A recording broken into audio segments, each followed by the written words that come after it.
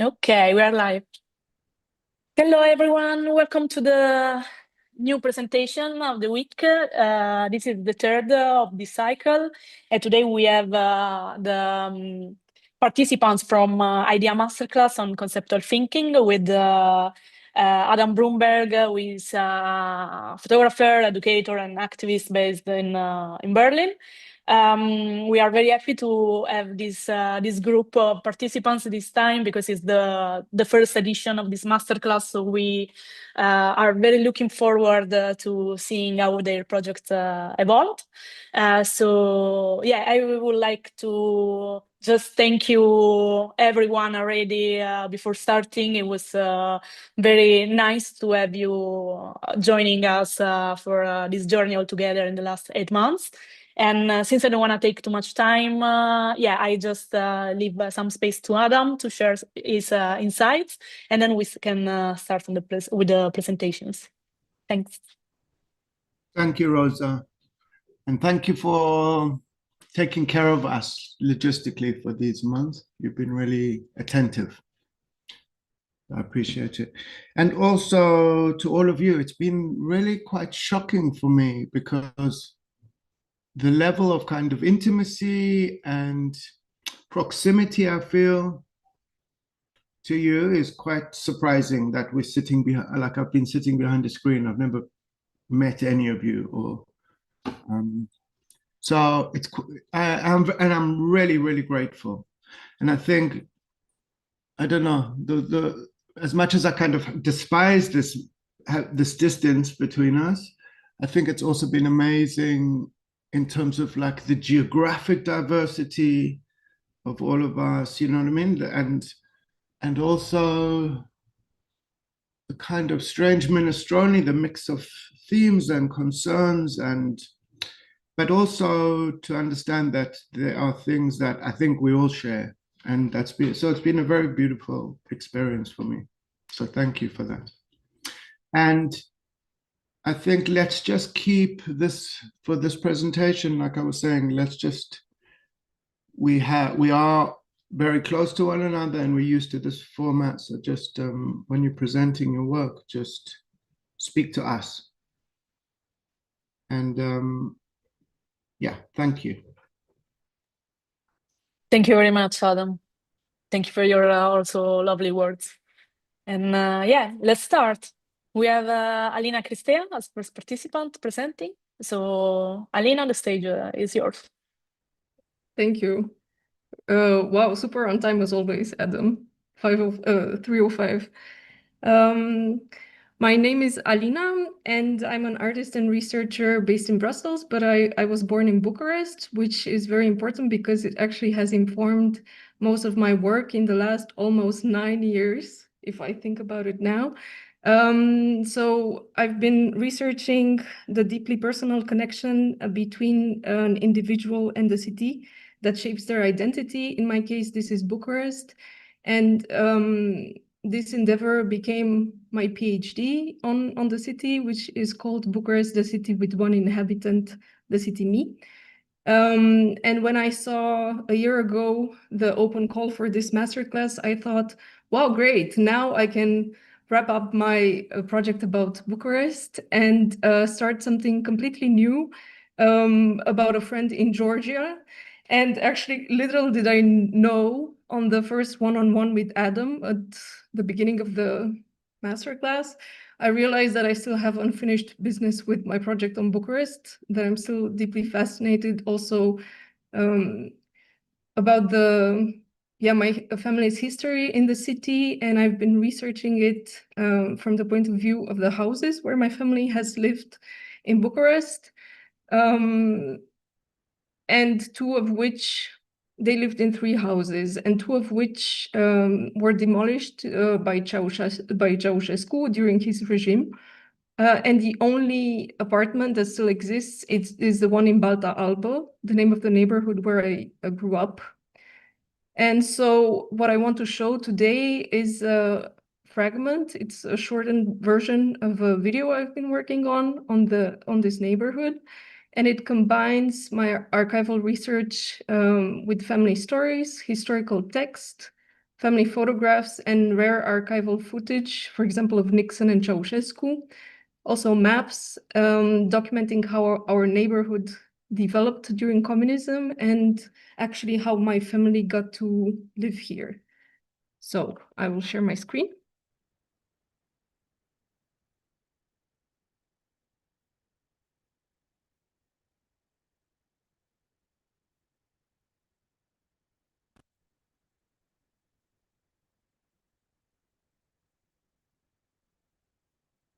Okay, let me know if it doesn't work. But so we start, I will skip some parts, but we start already at the beginning. Unde m-am născut eu, 20 de ani mai târziu. Sorry, that was too fast. It said that on August 2nd, 1969, Nixon visited Balta Albă, the neighborhood where I was born 20 years later. And now it's... The official convoy then left for the Titan district, an urban district recently built in Bucharest. 40,000 flats were built there in the last few years, and another 30,000 are under construction.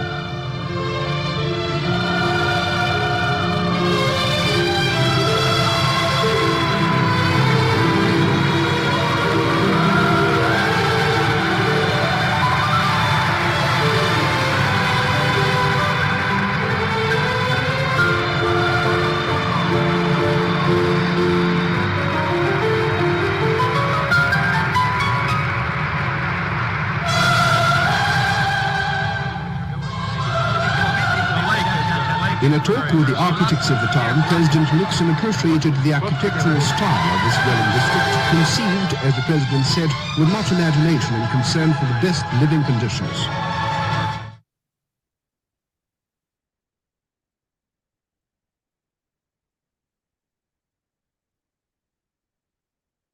Cu doar 4 ani înainte, zona unde este acum cartierul Balta Albă Titan arăta astfel.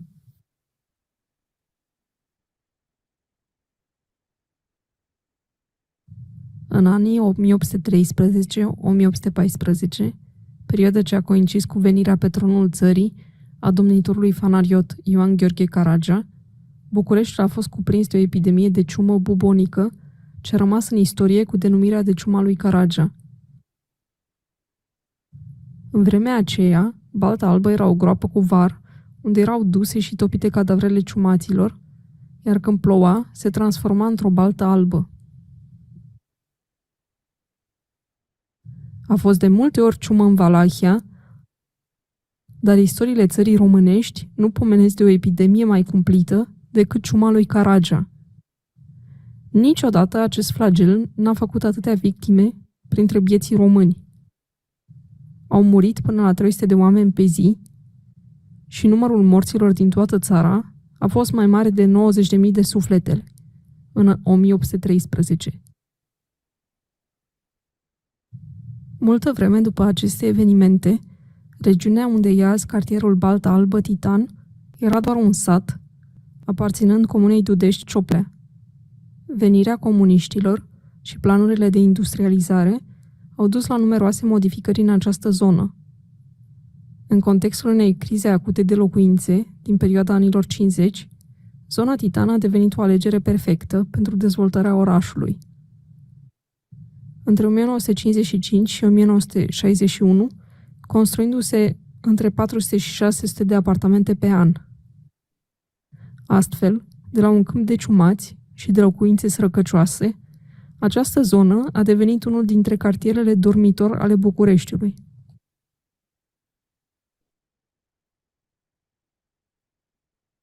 Pe 17 iunie 2021, am întrebat-o pe mama despre construcția blocului nostru din Balta Albă și când s-a mutat familia noastră acolo.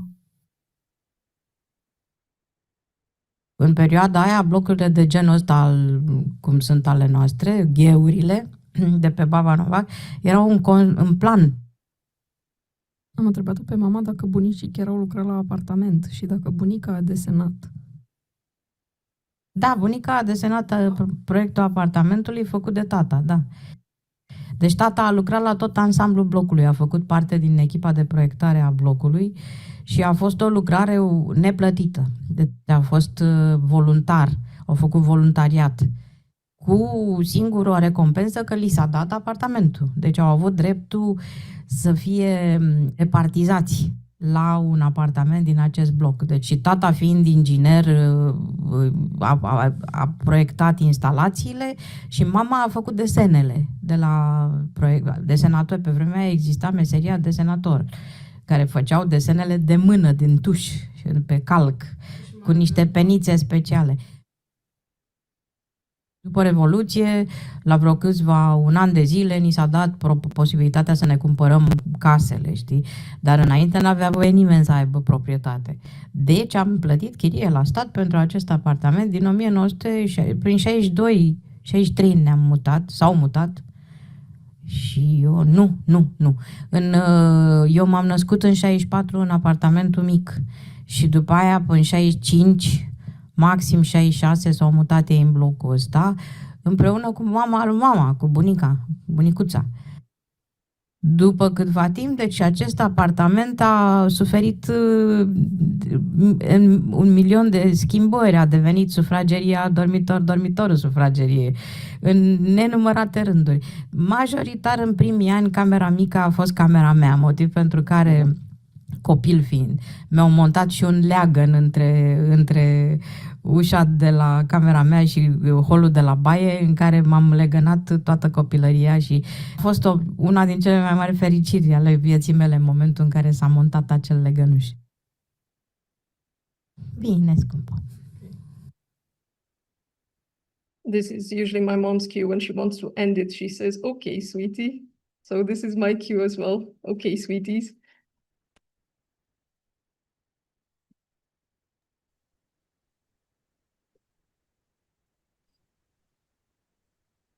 Thank you for that. Yeah. How do we do the comments? Should we just go around? Yeah, Adam, you can just give some feedbacks or just let's open the conversation and then we pass to the other presentation. It's been very interesting following the few projects, Alina, and this one as well. I've particularly enjoyed this one because of the kind of, it goes from the kind of chronic nostalgia of your obsession with the family, but then also suddenly it's like huge geopolitical thing, you know? And also really interesting, and I don't know if you've thought about this, but to understand architectural progress here functioning as a kind of force of erasure, because you said within 5 years, suddenly all of those 90, like all of those deaths and the trauma and everything is just kind of covered, and there's this veneer of progress, you know? And also to think that your family was also part of that process of erasure, you know, as designers. So they're kind of culpable in a way. But thank you very much. Thank you. I don't know if we have like time now for group feedback. I think not, right? It's only Adam who can comment or give a question. I hope other people can as well. Well, I just want to say that anyway, Alina, you already, it is the second experience also for you with our online masterclasses. And I just wanted to add that I see also from your previous project how your research is evolving, and also how, I mean, your research, your practice is evolving, and I'm very happy to see that. I mean, I think, yeah, you are growing up also in your own practice.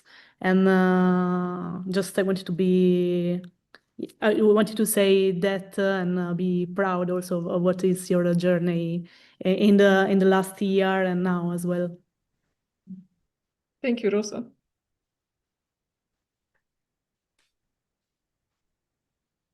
Okay. Otherwise, we can go with the next one. And Alex, it's your turn. Hi.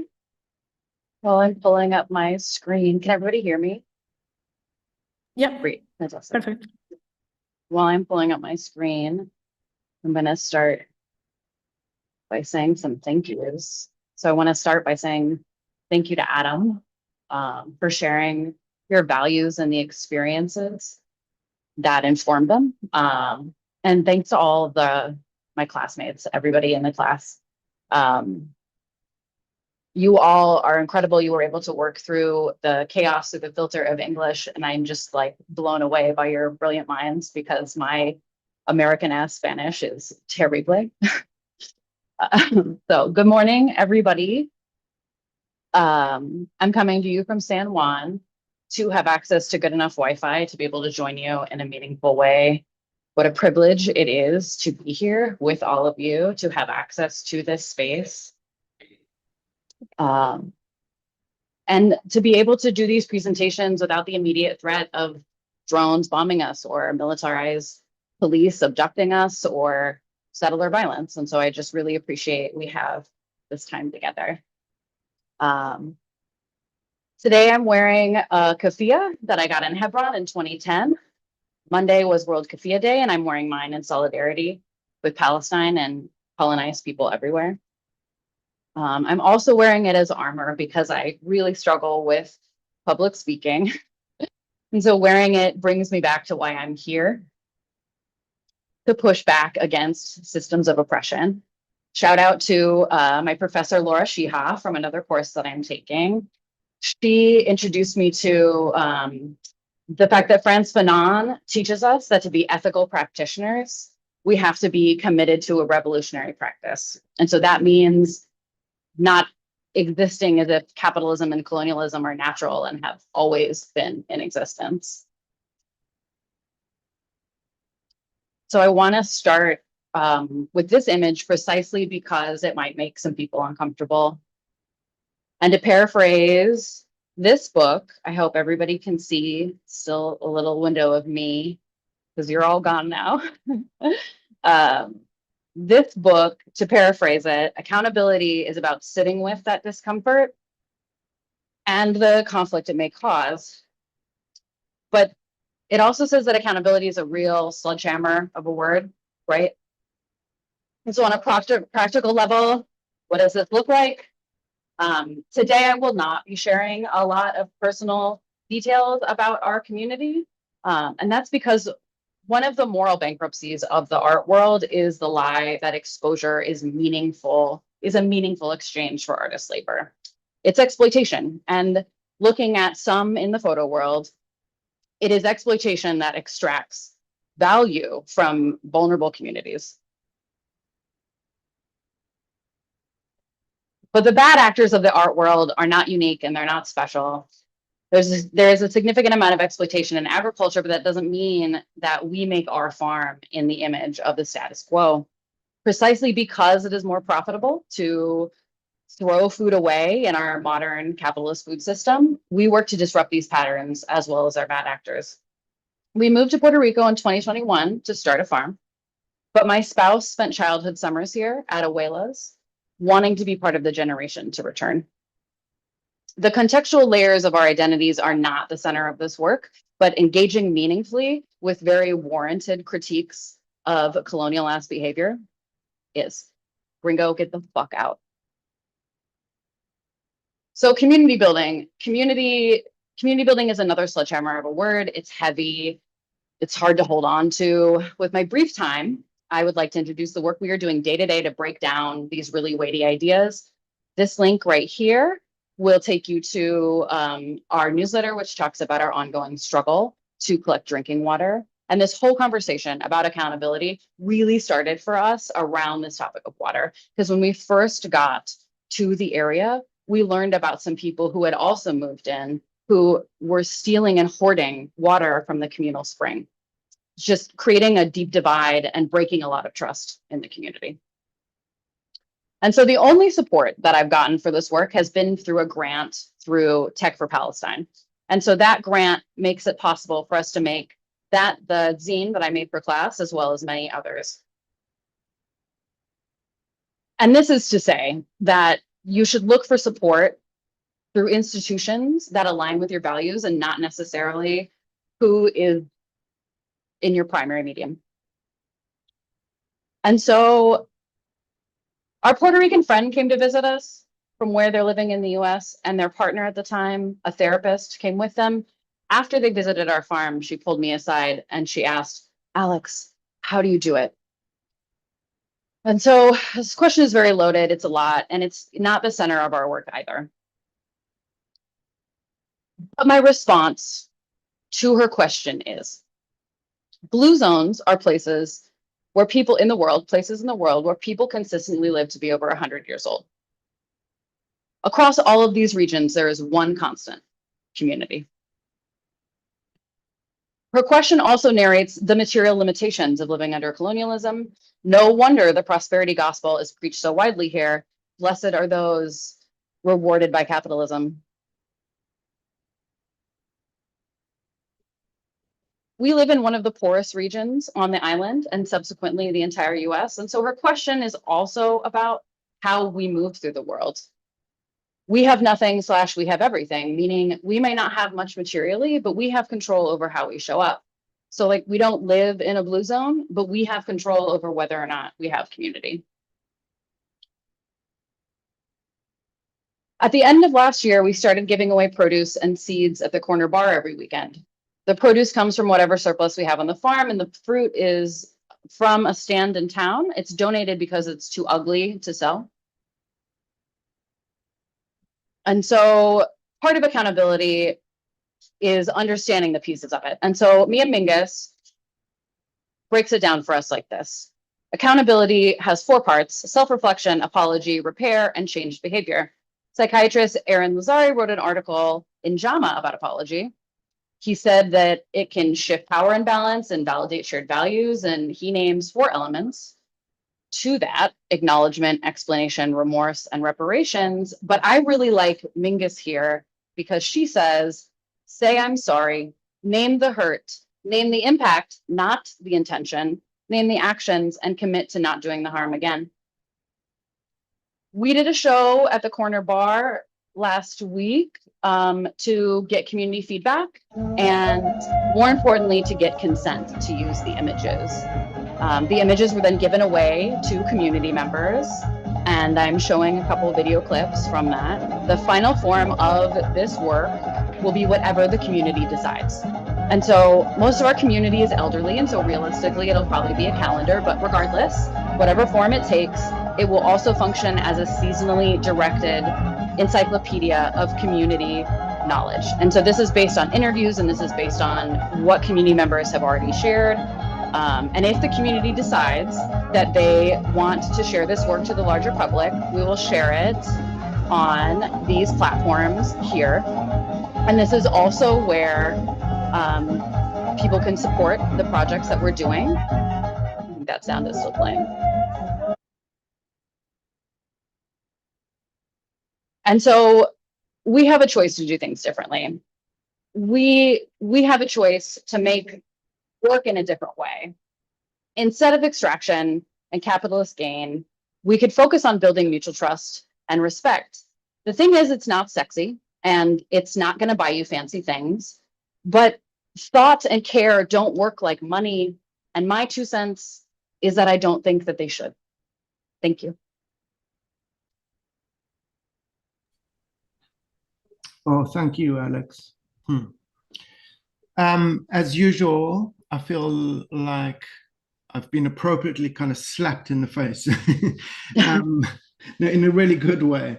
I mean, also to see those people pulling those images off the wall and taking them, like after seeing something like the Berlin Art Weekend or, you know, and the Venice Biennale, is such a, it's such a beautiful gesture. And it's not even a gesture, it's just beautiful.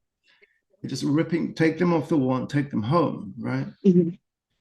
And yeah, it's just been a real pleasure to meet you. I feel like I've kind of somehow met your spouse, but although I haven't seen him, but some of those calls, and also just, it's been a constant reminder, like the struggle that you have to get internet and to, you know, it's like, whereas I just kind of walk from my room to the living room where the computer is, and it's like, that's been a constant reminder of all of my privileges, and to see somebody who really just lives and walks their words has been very, very beautiful. And how the work is so integrated with your value system, and that dictates what works are good or not, is your value system. And that's a very beautiful, it's so refreshing to see that. And we had a funny exchange because I took my children with my co-parent to a botanical garden over Christmas in Berlin, and we saw, after having seen your pictures of the bananas and the cocoa plants, and there we saw these kind of slightly shriveled versions of both the cocoa plants and the bananas, and thinking, you know, oh my God, we're sitting in this hothouse. It's like brutal winter outside. And it just felt like this is what colonialism is, you know, and so, yeah. But it was lovely to remember that your images and look at those strange, like, plants in this glass jail, you know. Anyway, I'm very grateful. Thank you. I'm talking a lot. Sorry. Thank you. Thank you so much.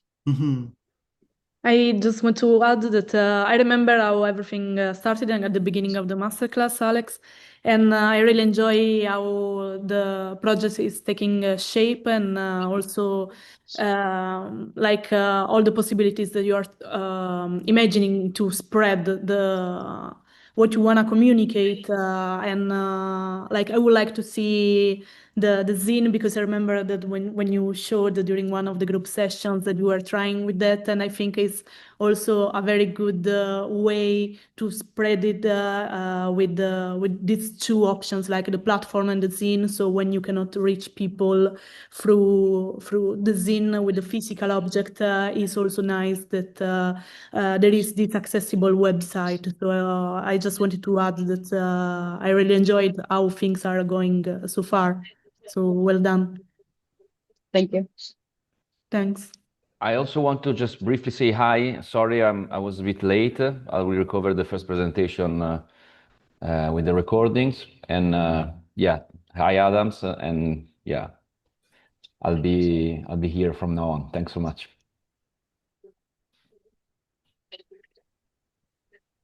Okay, who's next?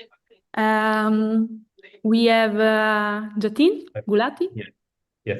Can you hear me? Yeah. I'll just share my screen. Can you see the full screen? Yeah, it's working. Okay, all right. Hello everyone. My name is Jatin Gulati. I'm from Haryana, India. I experiment with the limits of the photographic image, and in the last few years, I've been particularly focusing on the figure of the patriarch, my late grandfather, and also trying to sort of look at my family history of displacement at the time of partition of British India in 1947. In this presentation, I'll be reading through my notes and my research that sort of helped me make this work during this masterclass. And the title of the work is All That We Have. So I'll just start. My uncle here, exposed to a modern mapping technology on a video call with me, speaks about our neighborhood. Your great-grandmother would often cook saag for her daughters living nearby, a walk around the neighborhood with the dabbas in her hand. Eme dhiri ko ditti awa, eme kisho de ghar ditti awa, eme devi de ghar ditti awa. Stored in a clinical arrangement at the National Archives of India is this drawing of a principal triangulation devised by British colonial cartographers to view, analyze, measure, control, and expand the territory of British Empire between 1800 and 1880. My mother speaks about her late father-in-law, my grandfather, an authoritative patriarch of our joint family. She says, despite everything, he really kept the family together.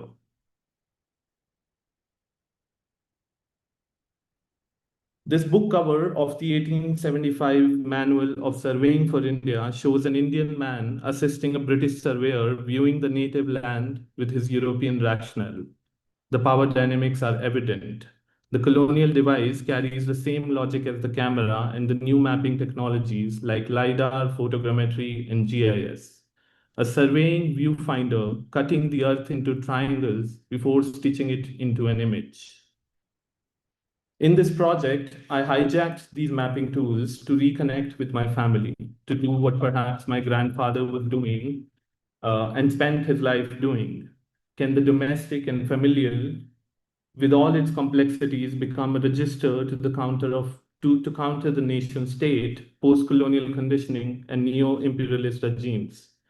Through this, I indulge in conversations across 3 generations of my family, speaking in the absence of the patriarch about my grandfather and how life has been on this foreign land. This is my home, my aunt says here, repeating my grandfather's words. Asa ite hi rasuhon, like he resorted to his room in most part of his later life. A protest against the state. What will you remember if no one really talked? My younger aunt tells my mother on the call. Uthe baithe honde han, gal karende honde han, te akhde han, chop karo, adi chop karo, o agin. Even with the TV, he would get really angry. Don't watch TV. This TV is destroying everything. The image is colonized by the state. My other aunt speaks about his anger. She recalls once he did not let her come inside the house after she visited her friend's place without informing him. Stay outside, he said. He was the state. The youngest of the family, my cousin brother, recalls the pocket money he would often give him before he jokes about farting on the video call. Fart the state. Disturbed and fascinated by this new mode of keeping up with the family members, my aunt's husband ruminated about life back in Pakistan in this interrupted video conversation. I've kept an excerpt and translation of this conversation if one wants to go back and dig deeper into how these conversations have been like. And lastly, my mother speaking about my aunt being the last daughter in his lineage. She tells a story of my birth, a polite demand for my marriage, a hope for a granddaughter, for a woman to now take the place. Someday, surely she will come, my aunt says. The state's rhetoric of territory and border took shape through colonially triangulated landscape. The abstraction of the state and these technologies is deeply political. The state exists because it was mapped and because it is still being mapped. The distortion here is a reminder of the weight of memory carried by my family and the 14 million people displaced after the partition of British India who made this country their home. It is also a reminder of the labor of hundreds hired as assistants to colonial cartographers whose knowledge of their land was utilized and warped to fit to a Western perspective, eventually underwriting the partition itself, which was also drawn on a map. The official narrative is protected within the heavy walls of institutions guarded with arms and bureaucratic regulations. While ruffling through the pages of the archive, I encountered these scans buried under the lethargy of digital files, a hand covered in rubber, touching pages, noting the mathematical computations used to arrive at the network of triangulation. Who could this person be, I wondered? A member of the staff, an archivist, a fellow researcher, an employee of the state, an employee of Google, perhaps, the largest mapping service that digitized these archives and signs over them. The answer lies in the question themselves. Can this network be viewed differently? Can memory be a counter to the state's archive? Can familial relations speak for and against itself? Can the domestic be ruptured, ripped apart, distorted, and become a site for resistance? Can home be found again? Thank you.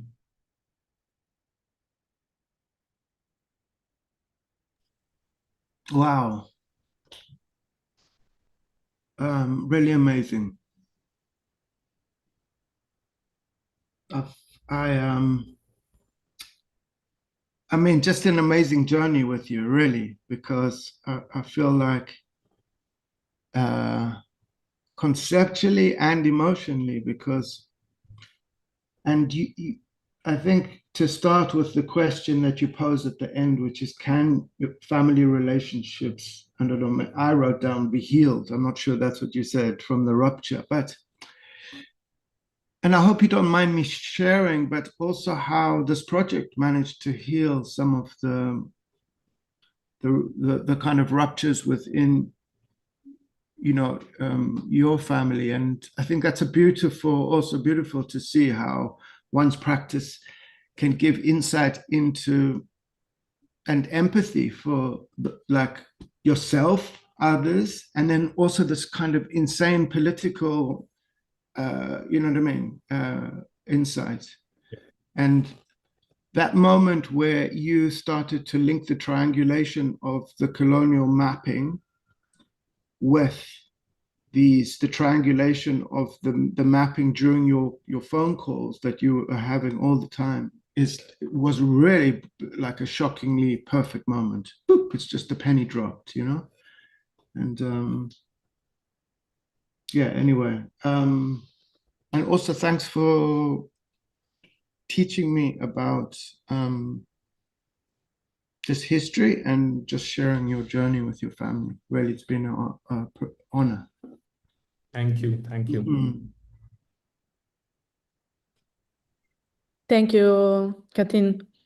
I wanted to just ask you a basic questions, but I am very curious to know how you feel now, because I remember that it was a very emotional journey for you as well in this month. Reaching this point, how do you feel now with the evolution of your project and with all this research going on?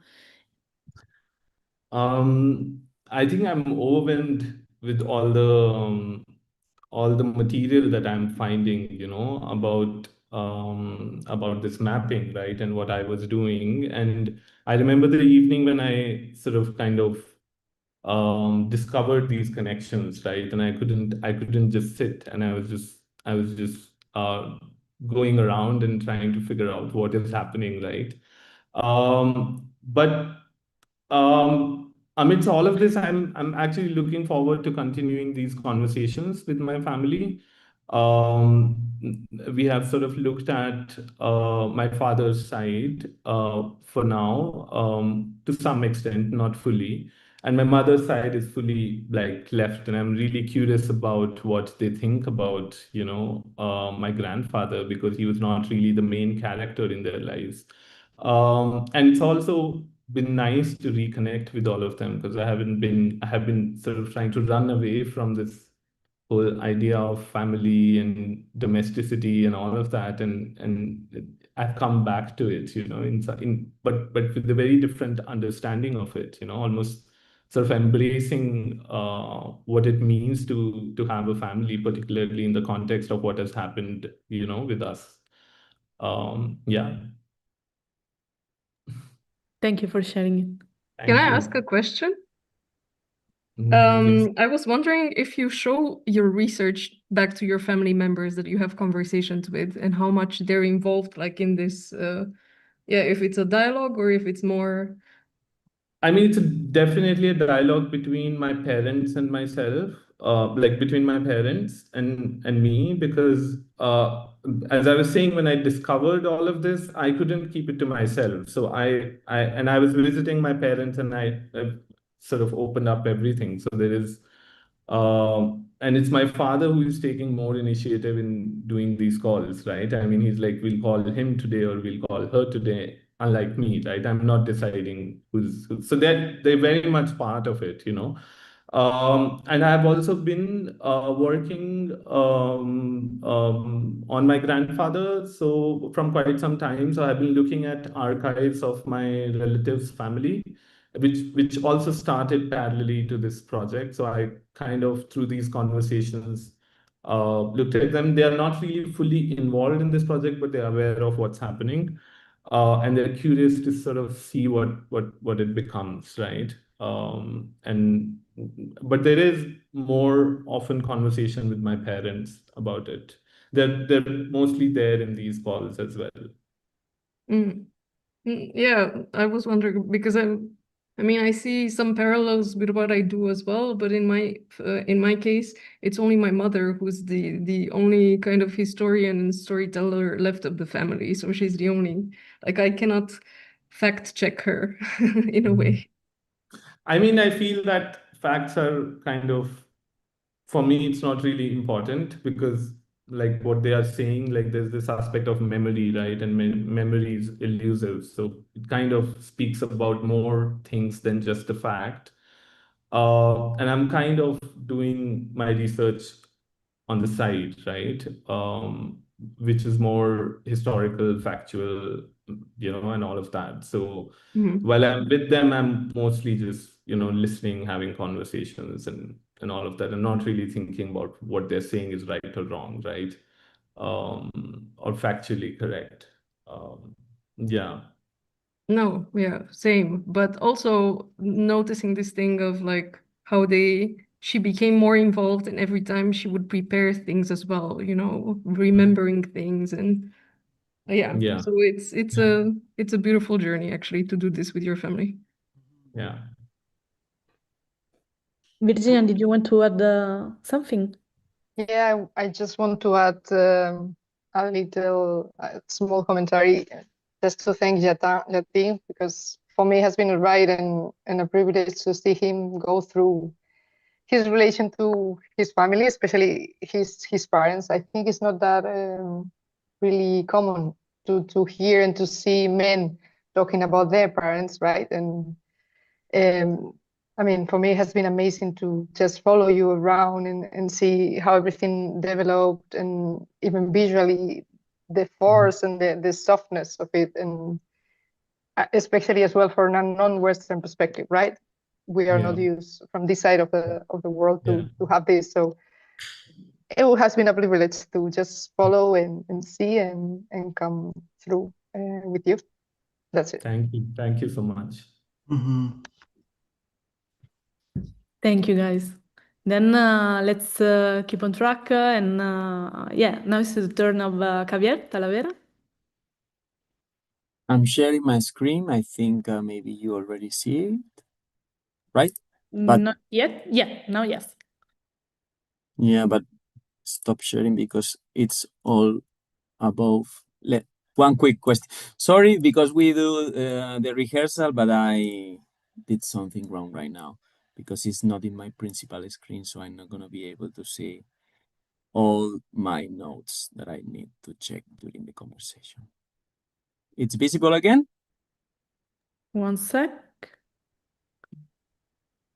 Charging. Yeah, now yes. Okay, no, my notes here. Sorry, because we did the rehearsal bad. Well, hi, I am Javier Talavera, based in Spain, and thanks. Before starting, I want to thank the group because it was really a really nice journey, and I feel that the group was really generous, and there was a really open atmosphere to share.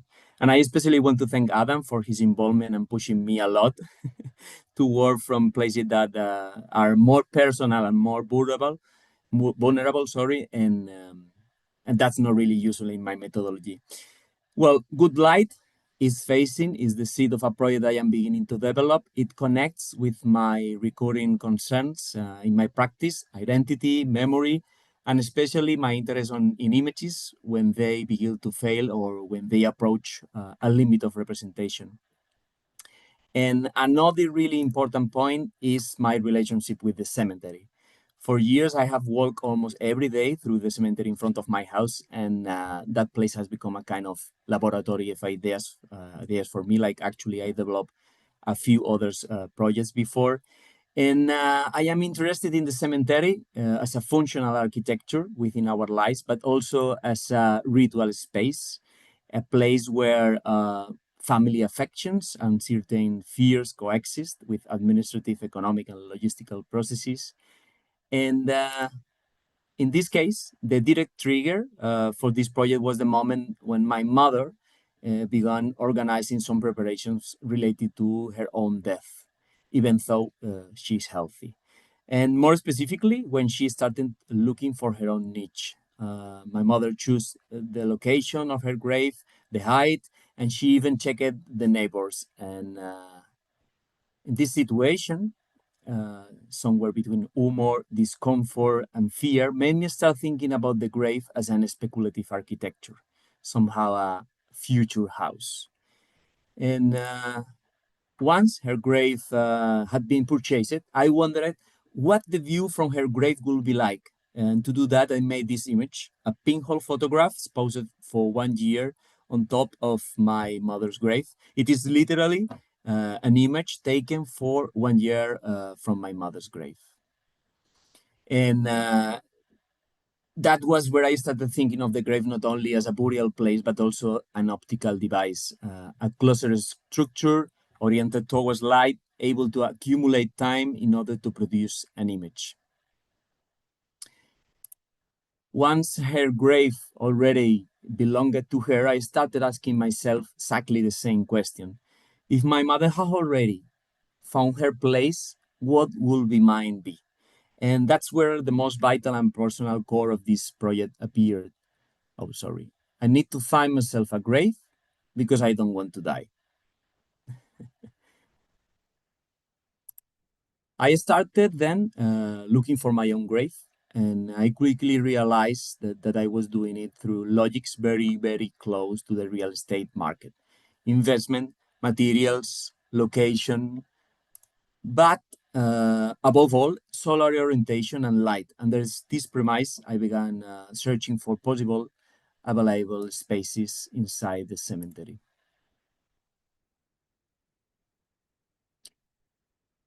On the one hand, I worked with technical images, solar diagrams, and observation tools in order to calculate in a precise and objective way the relationship between that space and the sun. But at the same time, using exactly that same logic of looking towards the sun, I started working with slow and rudimentary photographic processes. It was pinhole cameras and solarographies. It's a kind of photography where time stops functioning as an instant and appears more as a suspended process. And in these images, I am no longer trying to document the space objectively, but to approach a point where the image loses stability through excess time, exhaustion, or light. The light pushes representation towards exhaustion, and therefore the image stops functioning as a document and begins to behave as matter. Additionally to the precision of these technical images, I began to understand this other degradation, not as errors, but as a subjective and material layer within the research. In these images, information does not completely disappear, but it stops being fully accessible or legible. And that exhaustion of the image becomes for me a metaphor for irreversibility, for what happens to images, to bodies, and to memory when they exceed the limits of representation. And perhaps is there, beyond representation, where this project begins to exist. Thank you. Thank you, Javier.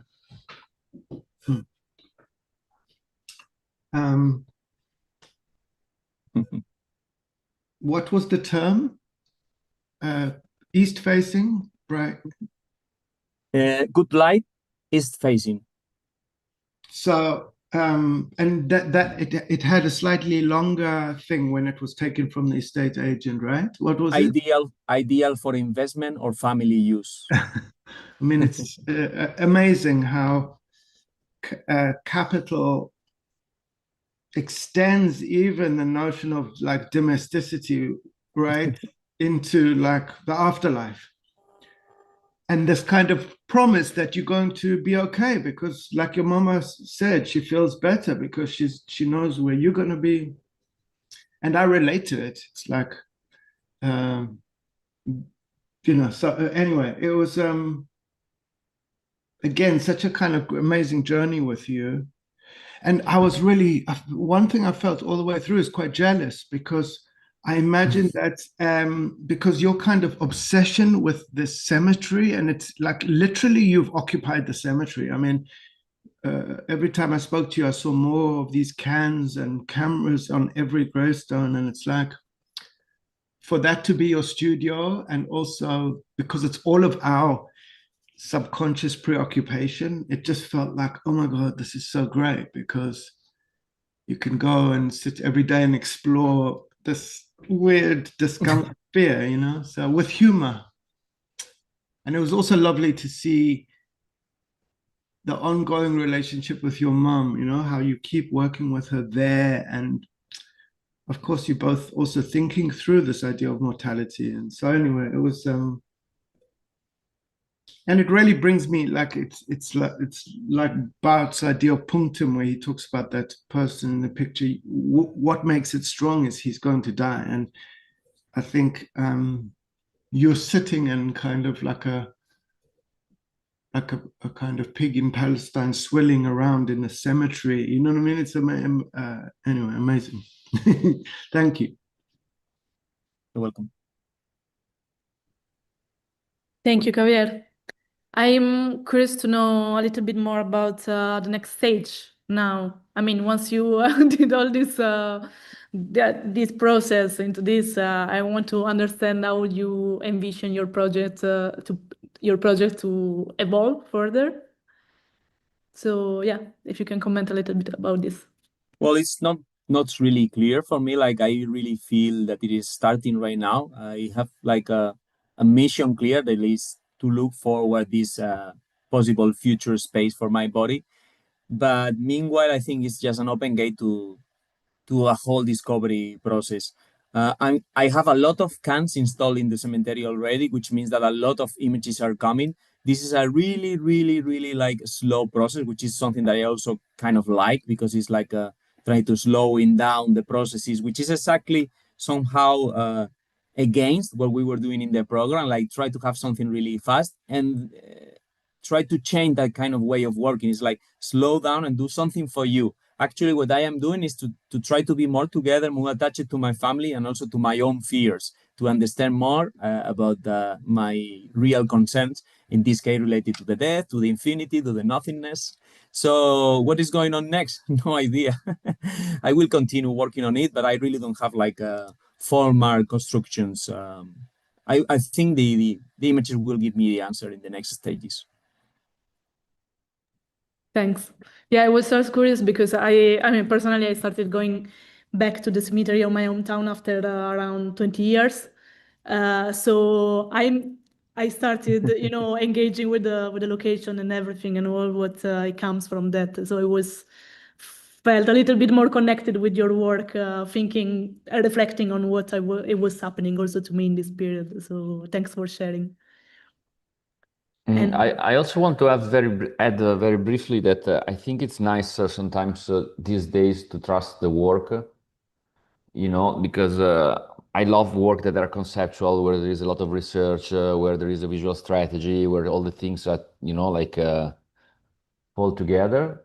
But I think it's also nice these days to have, you know, like a free approach to the work, proceed step by step, having no idea where the work will lead you, and just trust yourself and the medium.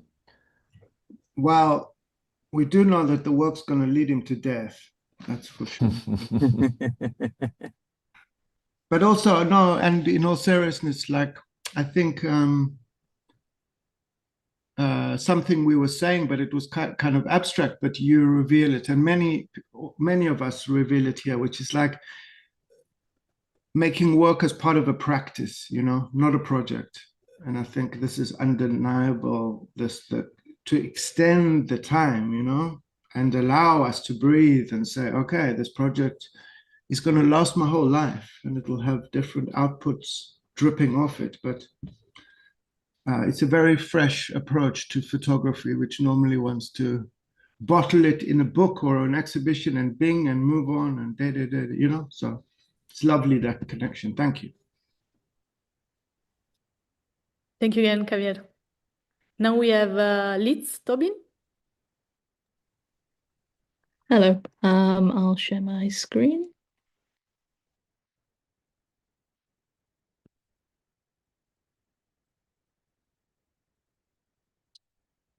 Can you see that? Yeah. Cool. I'm just going to read a piece of writing for you and then I'll play the video. Same as everyone else, I want to say thank you to Rosa and Adam. It's been really wonderful to work with you both and the rest of the cohort. For everyone else, I'm Liz. I'm a software engineer and an artist interested in the influence of technology and art on human perception, behavior, and decision-making. The work I will present to you today is called Look What I Made For You. It's about the phenomenon of tech demos. A tech demo is a live or recorded presentation that showcases new technology, prototypes, or concepts to an audience, often before the product is commercially available. It serves to generate excitement, prove feasibility, and communicate a vision for how the technology might be used in practice. A work in progress, Look What I Made For You is a video montage of 8 pivotal technology demonstrations from 1968 to 2025. From Engelbart's mother of all demonstrations, which introduced the mouse and hypertext, through to Macintosh, Windows 95, the iPhone, Google Lens, the Cybertruck, GPT 4.0, and Meta's AI glasses. Each is an act of imagining the future on behalf of society. Engelbart imagines the office of tomorrow. Jobs imagines a phone that works like your hand. Meta imagines glasses that make being present less hard work. Often this future is performed through role play. The scripted phone call, the rehearsed click, a casual jog with the superstar DJ Diplo. The presenter's hands become your hands. This is the path we have made for you. In software design, the happy path is the default route through a product, where everything works as intended, no errors, no edge cases. It just works. Apple's engineers refined this further for the iPhone demo. The prototype was unstable. It dropped calls, froze, crashed. Through trial and error, the team developed a golden path, a specific set of tasks performed in a specific order that made the phone appear to work seamlessly during the demo. A methodology famously described by a fellow engineer as creative selection. I have applied this idea to my own work, cutting, reordering, glitching, and reworking these carefully choreographed showcases to expose the structure through repetition, the walk-on, the hands, the voice, the audience, the applause, the miraculous revelation of the new decade after decade. The golden path does not end with the demo. It continues into the device, the sliding hand, the pitch, the endless scroll. These gestures, first rehearsed on stage, become a gesture of billions.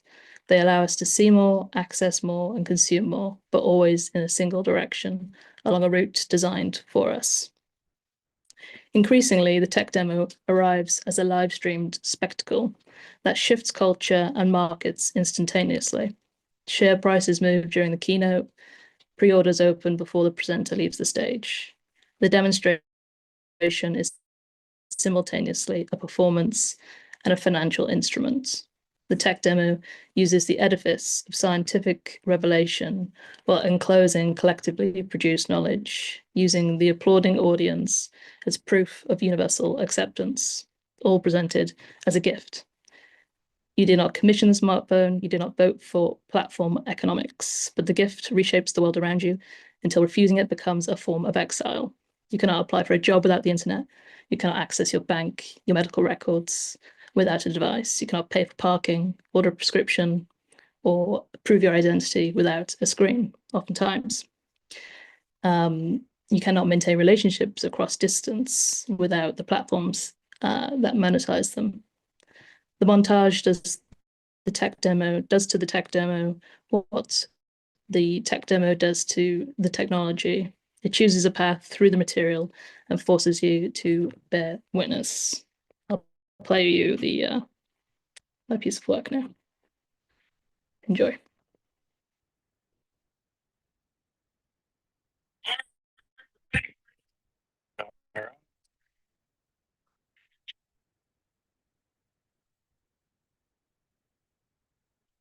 With this rather unusual setting and the fact that I remain seated when I get introduced in the back. And this is all because of the growth of mobile and smartphones. So let's go to our phone first. Sesame oil. What do I do first? What do I do first? Oh, you're doing a live demo right now? Let's start it up.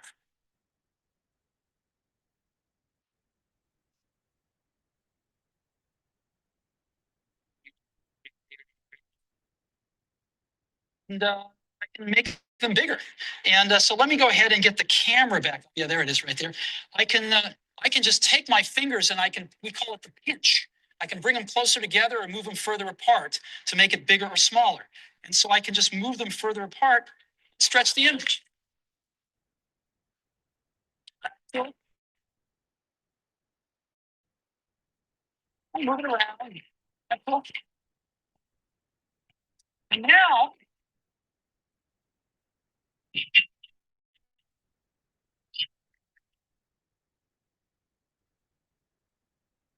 three things. We're introducing 3 revolutionary products of this class. Okay. How Office 95 and Windows 95 together can help the Tonight Show. I'm here for the rest of the show.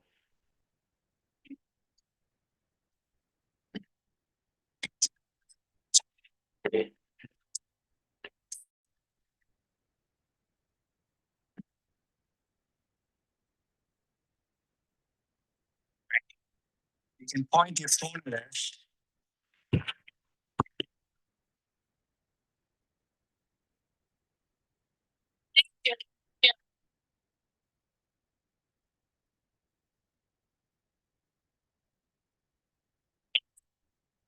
Wow, that's quite the outfit you've got on.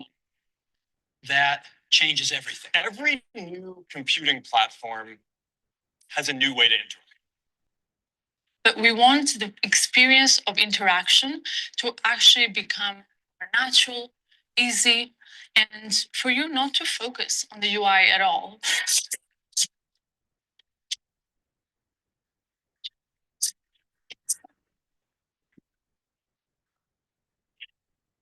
He told me this. He said, you had me at scrolling. Hey.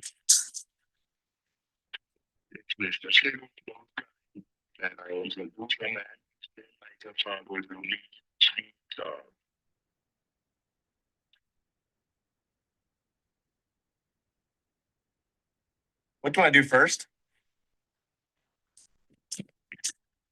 As an example, I come to my voicemail and I say, oh, there's one by Al Gore.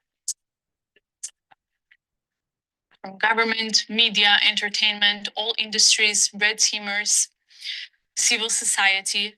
And we're going to do it again with the iPhone in 2007. Our core mission of organizing the world's information, and we are doing it for everyone.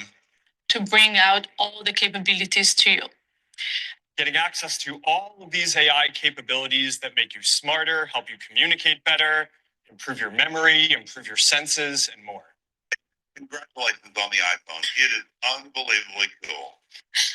Well, Stop it. You're making me.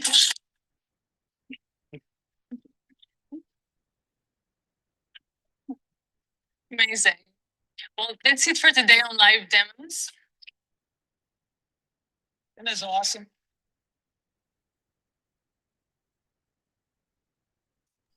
And that's the piece. Whoa. That's deeply upsetting, Liz. It's very hard to get so much content into a small period of time. No, you did super well. Super well. I mean, it was really interesting kind of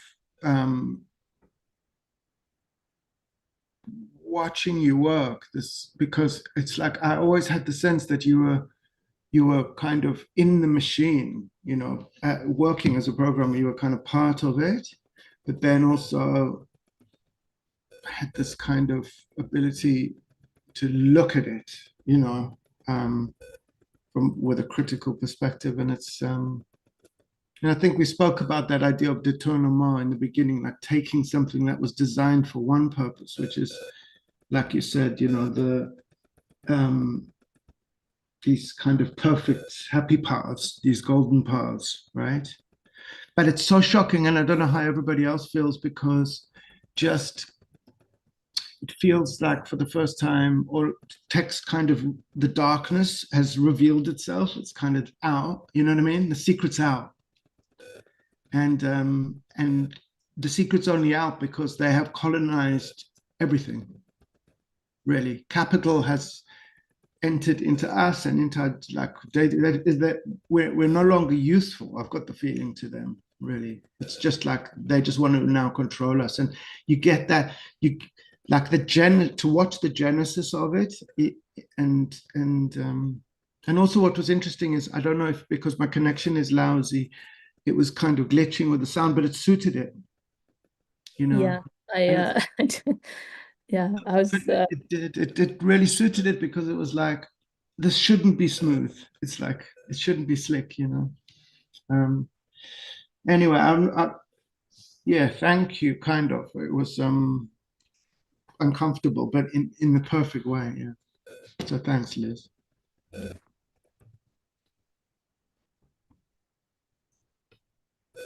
Anybody else? Thank you, Litt. I wanted to know a little bit more about this irony that we can find also in the video and through the whole research. So yeah, I was curious about this while I was looking at the video. The what, sorry? The kind of irony you are using also inside the research. Oh yeah, there's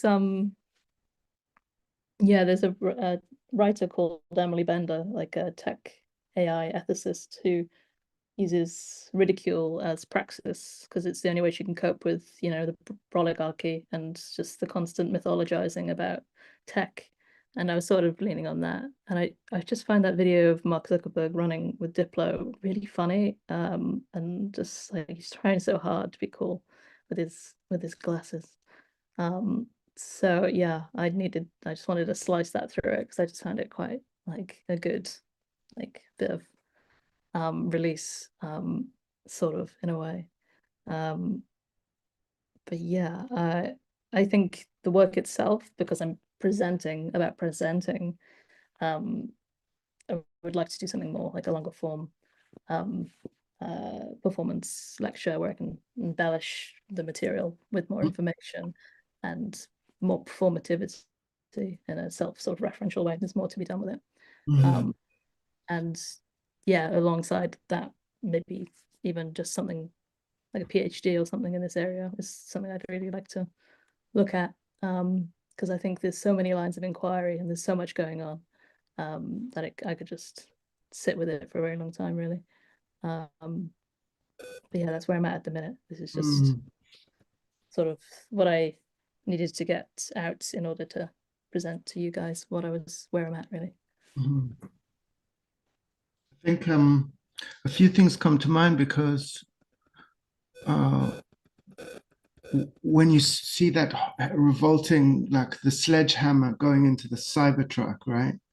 It's just like these kind of icons of masculine, I don't know, like revolting military, like kind of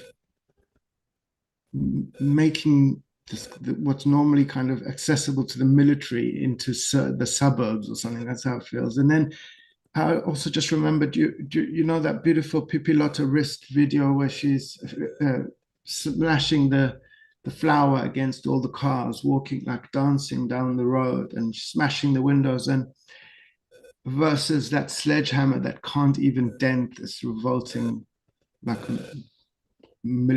domestic military truck. I don't know. And I also thought about, I don't know if any of you have read the biography of Steve Jobs by his daughter, because it just, oh my God, it kind of cracks open, you know, the kind of how he was presented as the idyllic white man bringing us all progress. Anyway, sorry to talk so much.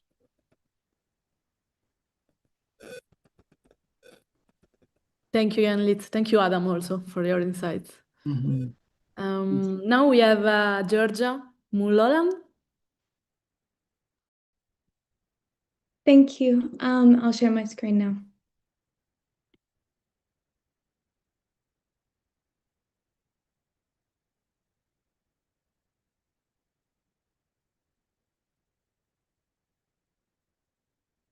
Can you see that full screen? Yeah. Okay. Okay. Hi, everyone. So this project is the creation of a counter archive of memory. It is interested in the kinds of memories that circulate quietly, stories passed between families, across generations, and within communities and cultures. And the memories that are also held individually, the ones that may never be written down, formally recorded or preserved, the memories most likely to be forgotten. Part of this deeper questioning around memory that I have emerged through the humanitarian work that I do in the West Bank in Palestine, and efforts of cultural preservation in the face of the ongoing erasure and silencing of Palestinian realities. I've often found myself wondering over the past few years how this genocide, like many others before, will be communicated in history books for future generations. Looking back throughout history, many acts of extreme violence have been documented in favor of the dominant power, reinforcing state-sanctioned narratives while silencing or erasing the individuals who bore witness. At the same time, this focus on memory is also deeply connected to my family. My grandmother was diagnosed with Alzheimer's 5 years ago, and over the years we have slowly witnessed her loss of memory, language, and identity.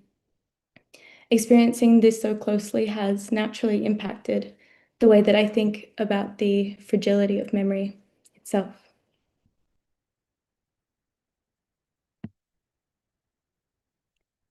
So from the beginning of the project and the masterclass, I knew that I wanted to work on something long-term. I also knew that I would be moving across multiple geographical regions throughout the year, across Australia, Palestine, and East Asia. So the project needed to be able to evolve throughout different contexts. I suspected too that within those different geographical regions, I would not only speak with people born there, but individuals from vastly different cultural and political backgrounds too.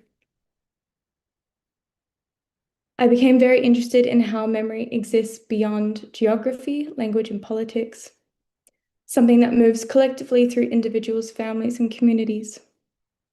And that lack of geographical tie became increasingly central to the project, and not trying to document a single place or narrative, but instead explore how memory continues to move between people, even across these vastly different lived experiences and realities.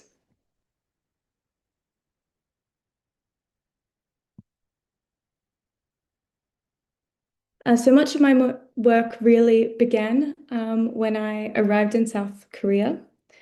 I began visiting sites that I felt physically store or preserve memory, such as prisons from the Japanese occupation era, war memorials, martyr shrines, and the demilitarized zone, just to name a few sites.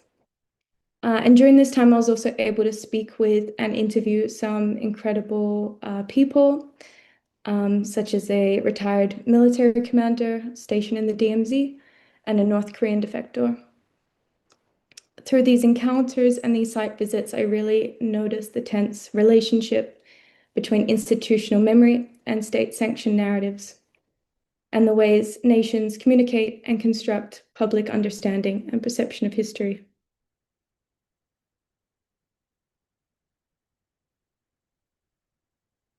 Another major shift occurred a few weeks later.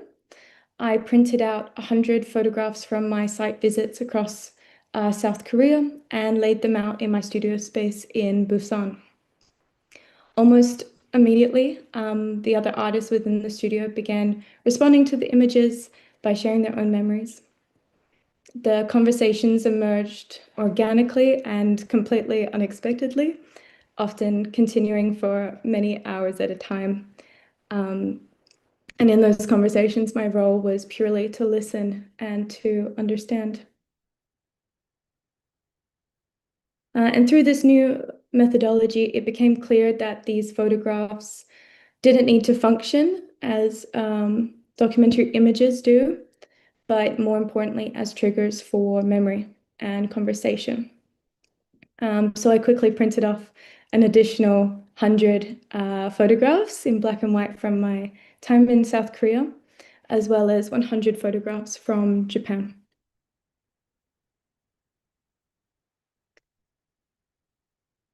So I returned to Japan a few months later, which is where I am today.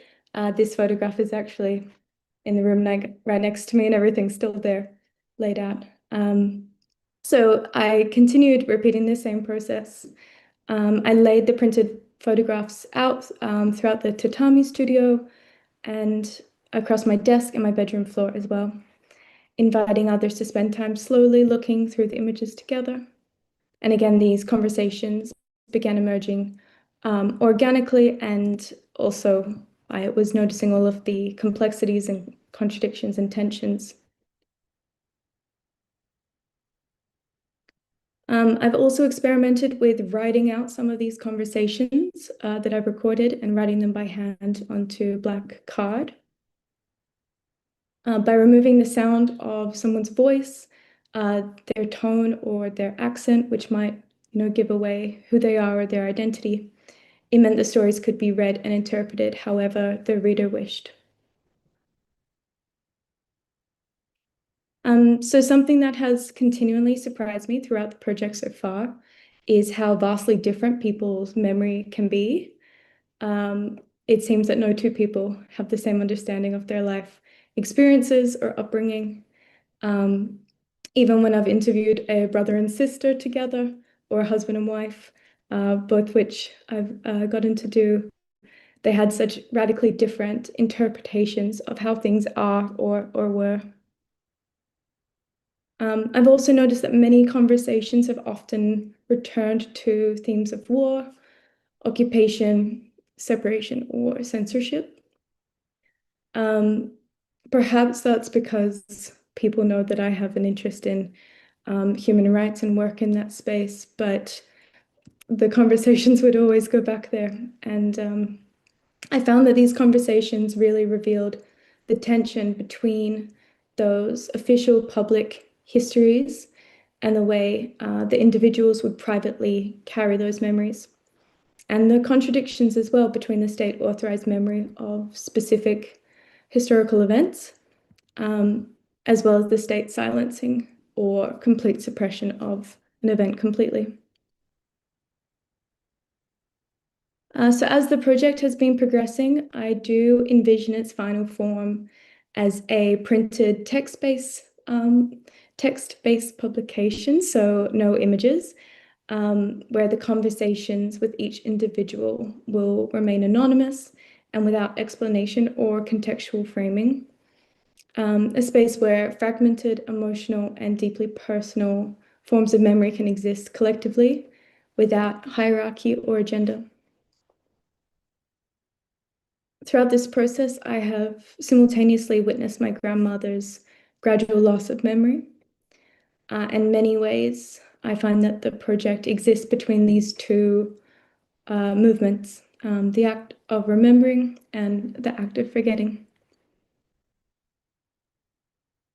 So what began as a exploration of archives, history, and documentation has gradually become something much more relational and human.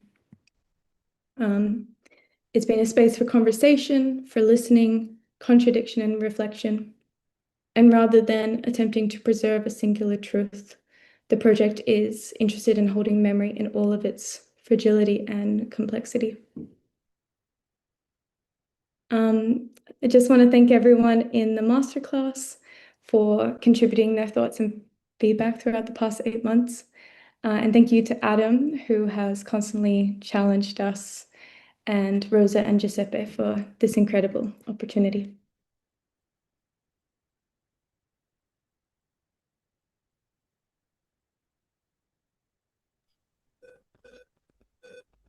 Thank you, Georgia. Is it the middle of the night for you? It's almost midnight. It's not too bad.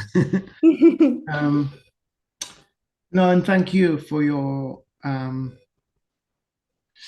you've just communicated a level of kind of care and concern, like as much for your grandmother as it seems like everybody you encounter somehow.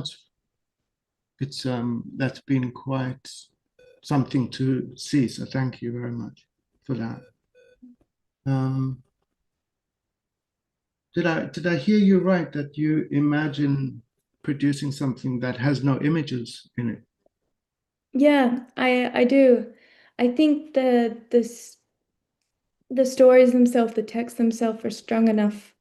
I don't think the images need to be part of it. And that's very brave, because just looking at some of those, they're very beautiful, you know. So, but that's no reason to hang on to them. If they act as a catalyst, that's good enough, really. So I think I do imagine, though, continuing to show the images for, a lot more time, so that more conversations can happen and more people have access and can experience that. I think it'll be continuing to grow for quite a while before it's ready for final book form. I mean, it'll be very interesting when because you've been moving through Asia, and then take those images to Palestine, take them, you know what I mean? Just to see the,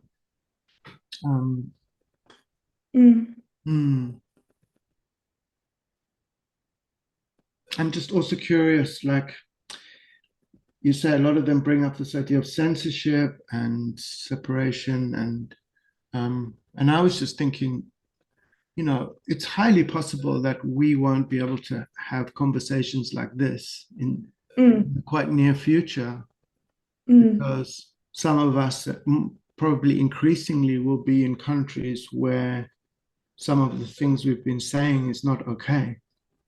And I mean, that's a reality for billions of people in the world already. It is.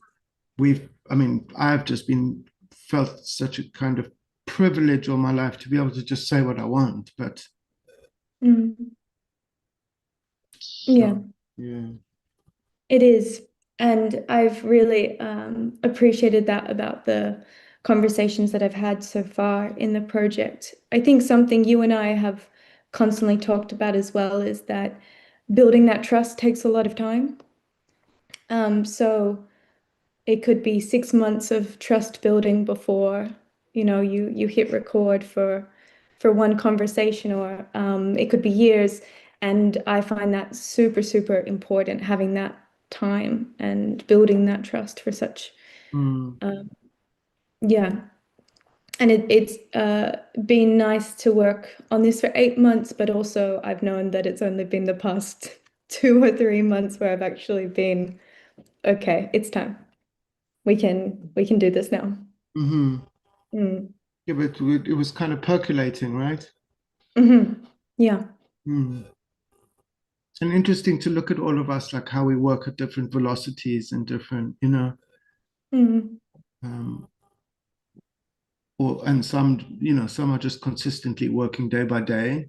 That's the practice, like Alex, or just, but and other, like these moments of kind of revelation, boom, like that have happened to pretty much all of us, right? Anyone else with comments? I think Alex, yeah. Yeah, thank you so much. It was really beautiful to see how you started to use the images, because we've been seeing the images throughout the last 8 months, and like hearing you talk about what it was to put the images out and the conversations that happened. The exact same thing started to happen with the show in the community. Like there's something about holding the images and standing in front of them that like creates those openings for conversation. And so just it's been wonderful to see how you've used them to, because like when we first started, I was like, oh, I'm so interested to see how you put this all together, and like seeing you use the images strictly for, or like the way you're talking about it for the conversations is just really lovely. I love that. Thank you so much. Actually, quickly, I'll show you. I have some of the handwritten ones with me at my desk right now. And one day I went into my studio, I had them all up on the wall. And a Korean friend of mine was just standing there reading them. And like they're tiny writing and hard to look at. And he just read all of them for like an hour. And I completely just by chance came in at the exact time that he was finished. And I think we talked for about 4 hours straight afterwards, just his reaction to other people's stories as well. So I think, you know, not just showing the photographs, but also the stories and everything. It's, yeah, that's the work. So thank you so much. Nice, thank you. Thank you, Georgia, for sharing it. And also for all the insights. I like to listen also to this conversation that keeps going on. So thank you also again, Adam, and also Alex. And yeah, I see also Javier is clapping. Nice. Okay, now we have Tim Ross. Yes, hello everyone. I'm gonna share. Am I sharing? Can you see my screen? Yeah. Okay, lovely. Yeah, I feel like I have a lot to share and a lot to say, and I've really been kind of going around how to bundle it all up, because I think these 8 months have been quite transformative in how I approach my own practice. I think there's been a big revelation and a big weight lifted off of me. So I'm from Germany. I work with my family archives, and I've felt really weighed down by our national history throughout my practice, and I've taken on a lot of like felt responsibility in my work, and kind of one that you can't solve. And that makes me so doubtful that it is just slowing down my process or disabling my process. And I think in these last 8 months, I've been really able to overcome that and to move into a much more joyous and proactive practice and practicing what I do. So yeah, I think it also reflects in my working title. A horse wanted to be a child, it ended up a dog. I've been working with a really large box of paper that I've recently inherited. And I was talking to Adam one day, and we were just talking, and it just slipped my mind, or like I just suddenly said, like, I wish I could just paint the box pink. And that was really kind of an epitome of how I feel towards this whole history that I'm encountering through family archives. And since this archive isn't just mine, but it is also my mother's, I don't have total autonomy on what to do with it, but I had to paint something pink. And so I made up a box that is much smaller and can't contain more than wood. And I painted it pink, and I felt really great. And I think it's the start of, it's a reflection of how I am viewing all of this material and how I feel towards it, which comes back in several, they are works now, but I see them more as kind of, they're just reactions. And it comes here again, it's kind of an act of violence. I'm destroying a lot of the archive. Because intuitively I just want to burn it all and I don't want to deal with it. But obviously it rumors in my head so much that I could never just let it go. But I'm holding on to it so much, but there's at the same time so much questioning of why I find so much importance in it. I can see that I can hide this. Can you still see my screen? Yeah. Okay. Oh, no, it's not reacting. There we go. Yeah, this is another reaction where I read a lot of the letters from my grandfather's archive, and I kind of naively was hoping that there's a lot of information about him that I could gain and about my family. And I end up just finding formal correspondence. Merry Christmas, Happy New Year, Happy Birthday, thank you for your letter. And so I'm left with a lot of absences, and not just factual, but also emotionally. I'm finding it hard to find any interior of my grandparents in these archives. And then a kind of switch that occurred is there's a lot of animal traces throughout these archives, also hinting at the title. And as I was discovering this archive for the first time, my cat was around me and would sit in some of the boxes or play with some of the papers, lie next to me. And then I made another experiment, and suddenly ants started crawling out of the soil that I had defrosted from the winter. And then my grandmother's dog appeared everywhere, and a story of a horse that was shot appeared. And then I collected a lot of animal sculptures from my grandmother's house, which she had a lot of, and it introduced this idea of introducing a third narrator to this archive, someone who isn't weighed by any history, who doesn't have any agenda, who doesn't have any specific goal. And that was introducing all these animals as narrators to this kind of inquiry into the archive that I'm currently doing. And so these animals, combined with this lighter approach that I'm slowly finding, and I think I'm still kind of in the depth of it. I have a lot of revelations and I'm understanding much more, but I am also realizing how it is a very slow build-up. But yeah, I think this speaks a bit more to where I'm wanting to take this body of work specifically, because I think it will consist of a lot of different steps, and also a lot of different stages of the process.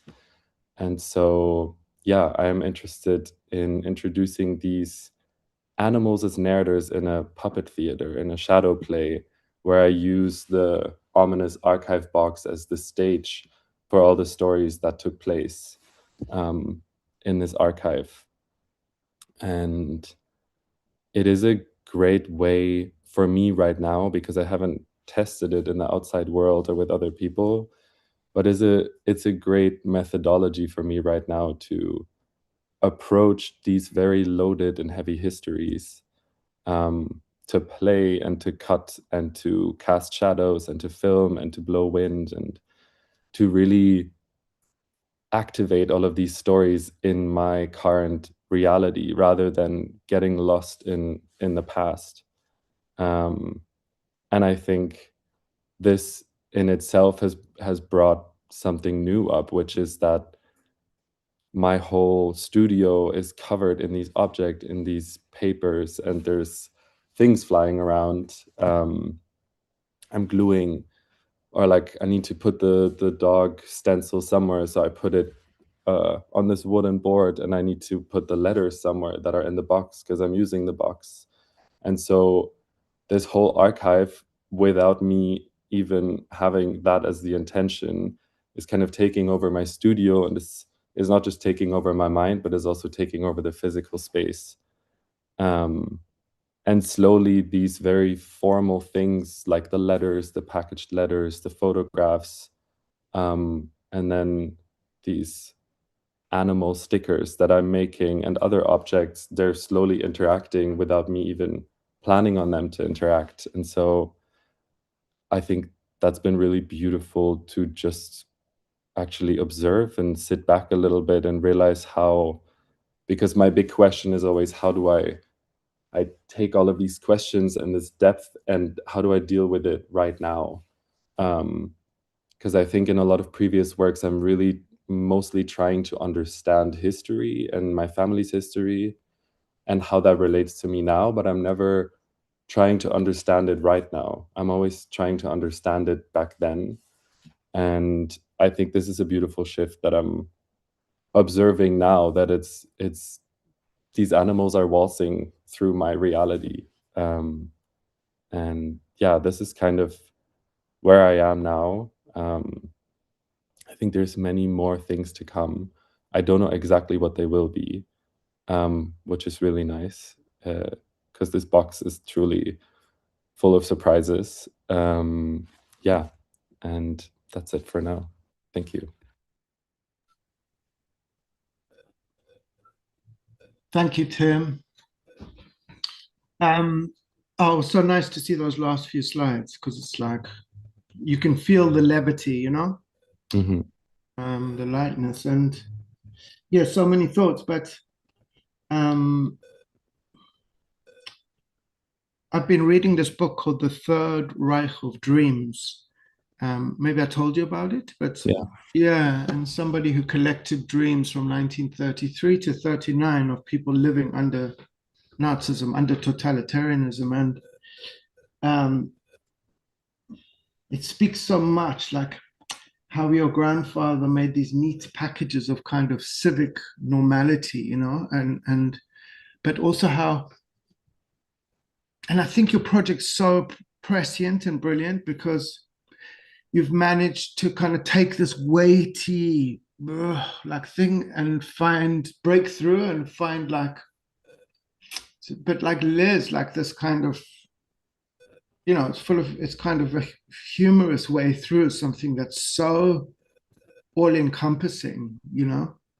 And that's really lovely. And also, it strikes me like in that book, so they talk at one point about how totalitarianism seeps into our consciousness. So the only space to find some kind of you know, personal conscience or what you're really feeling that you can't reveal in normal life. And it feels to me like that's where you're going, to this kind of subconscious place or something. I don't know. But anyway, it's been amazing to just, because I've had many students, I've been teaching in Germany or taught in Germany for about 10 years, and many students were trying to deal with their inherited Nazi archives, essentially, or a better way of putting it is they inherited like trauma or culpability or anything, you know, and this is the first time I've seen somebody able to kind of like kind of crack it, not crack, you understand what I mean, like crack it apart or crack it also, but also just to see you lighter like that is lovely. So thank you. Thank you. Yeah, I love the shadow puppet, the move to the shadow puppets to deal with shadowy like stuff. Like it's a great way to move. Thank you. Thank you, Tim. I kind of always wondered how you would crack it, and because after the calls, I would feel the weight you were feeling, and so the back of my mind, I was always like, how is Tim gonna move through this? And it's really, I really like the way you've done it. It's so unique. Thank you so much. Yeah. Thanks again, Tim. I mean, I wanted to say the same thing, but they already did before me. But thanks for sharing. I also enjoyed how your work was evolving in these months. Thank you so much. Now we have Virginia. Maybe you want to add something? No. Just a quick one. I'm really happy to see as well, like the capacity that you have and the agency that you achieve. To just be able to create from there. It's a very mind territory and something grow there, and it's amazing to see. And I was remembering this movie. I think it's the first animated movie from the 20s called The Prince Ahmed. I don't know if you know. The Prince Ahmed? Yeah, I think it's German, and yeah, it's all done with puppets as well. That's Shadows and puppets. It's amazing. So I was seeing yours, and I remember the adventures of Prince Ahmed. Great. So, yeah, Thank you so much. Yeah, maybe like the last thing to add is that I'm super thankful for all of you and also for you, Adam, because it's truly this group that helped me crack the code, and no one had the book on this is what the code is, but I think really like cracking my mind and also confronting myself with presenting this over and over again and growing more and more aware of how stuck I actually am in my making, or I was, really happened here. And yeah, I want to thank you guys a lot. That's nice to hear, Tim.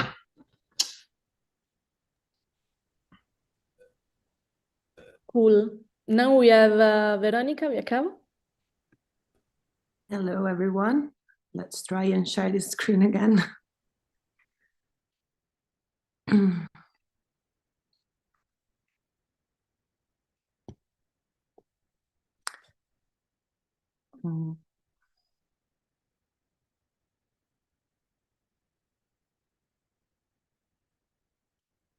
It should be available to you, right? Yeah, it's working. Okay, so starting from my personal experience as a full-time waitress, I began to notice the common ground between performance and labor.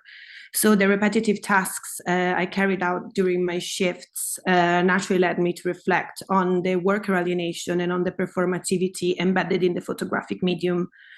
I became particularly fascinated by the myth of Sisyphus and its resemblance to the working experience. So for those unfamiliar with the myth, Sisyphus was condemned by the Greek gods to roll a builder up and down a mountain for eternity.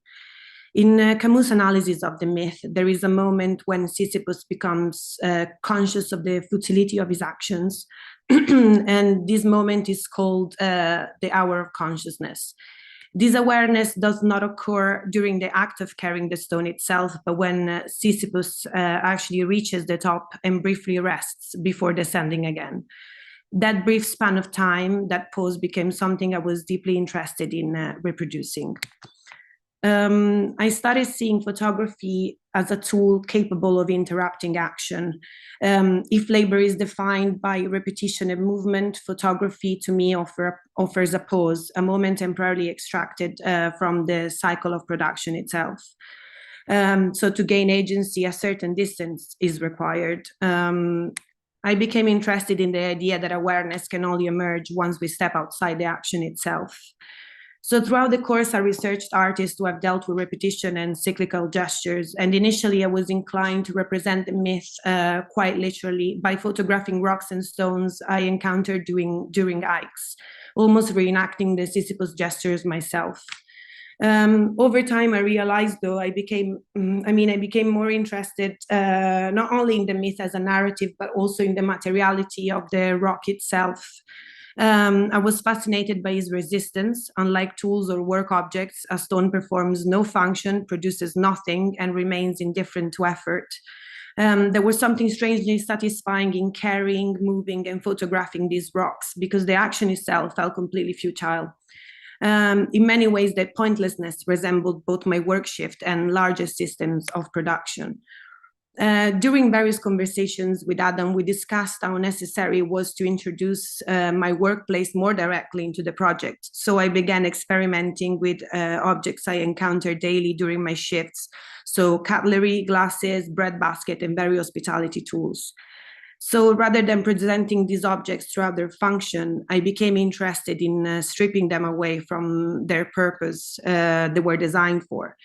In many ways, this approach was inspired by Munari's and his ability to transform ordinary objects through play and displacement. I started thinking about these tools outside their logic of productivity. This project is nowhere near to be complete.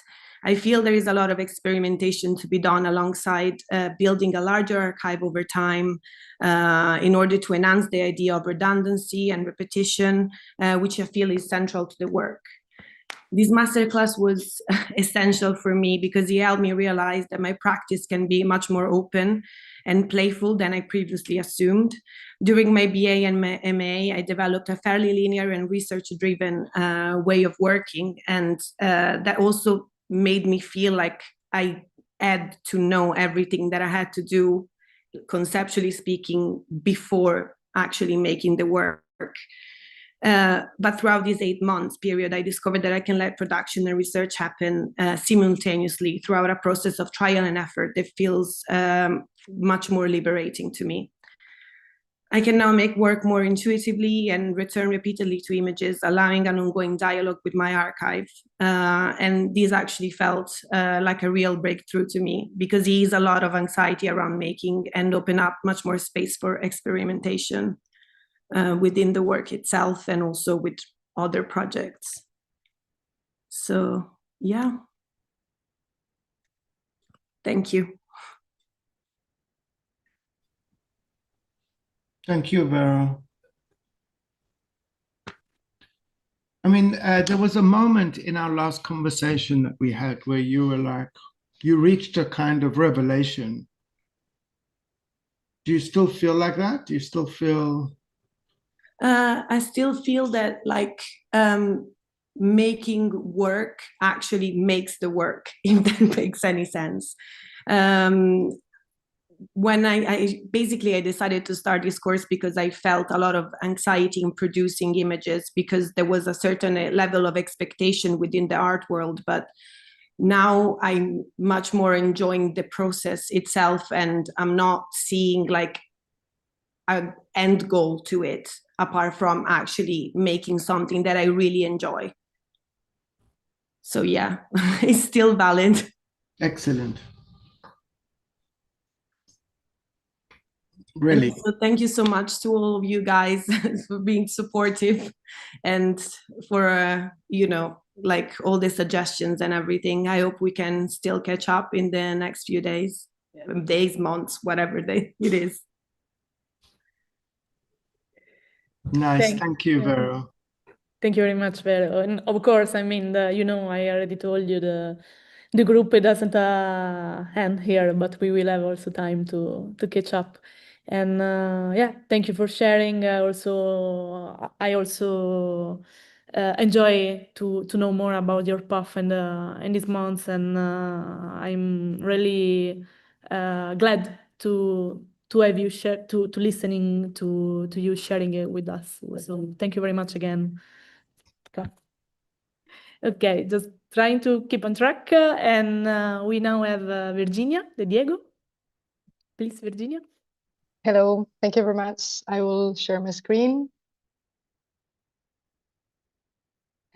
see. Yeah, I think it's here. Let me know if you see it good or not.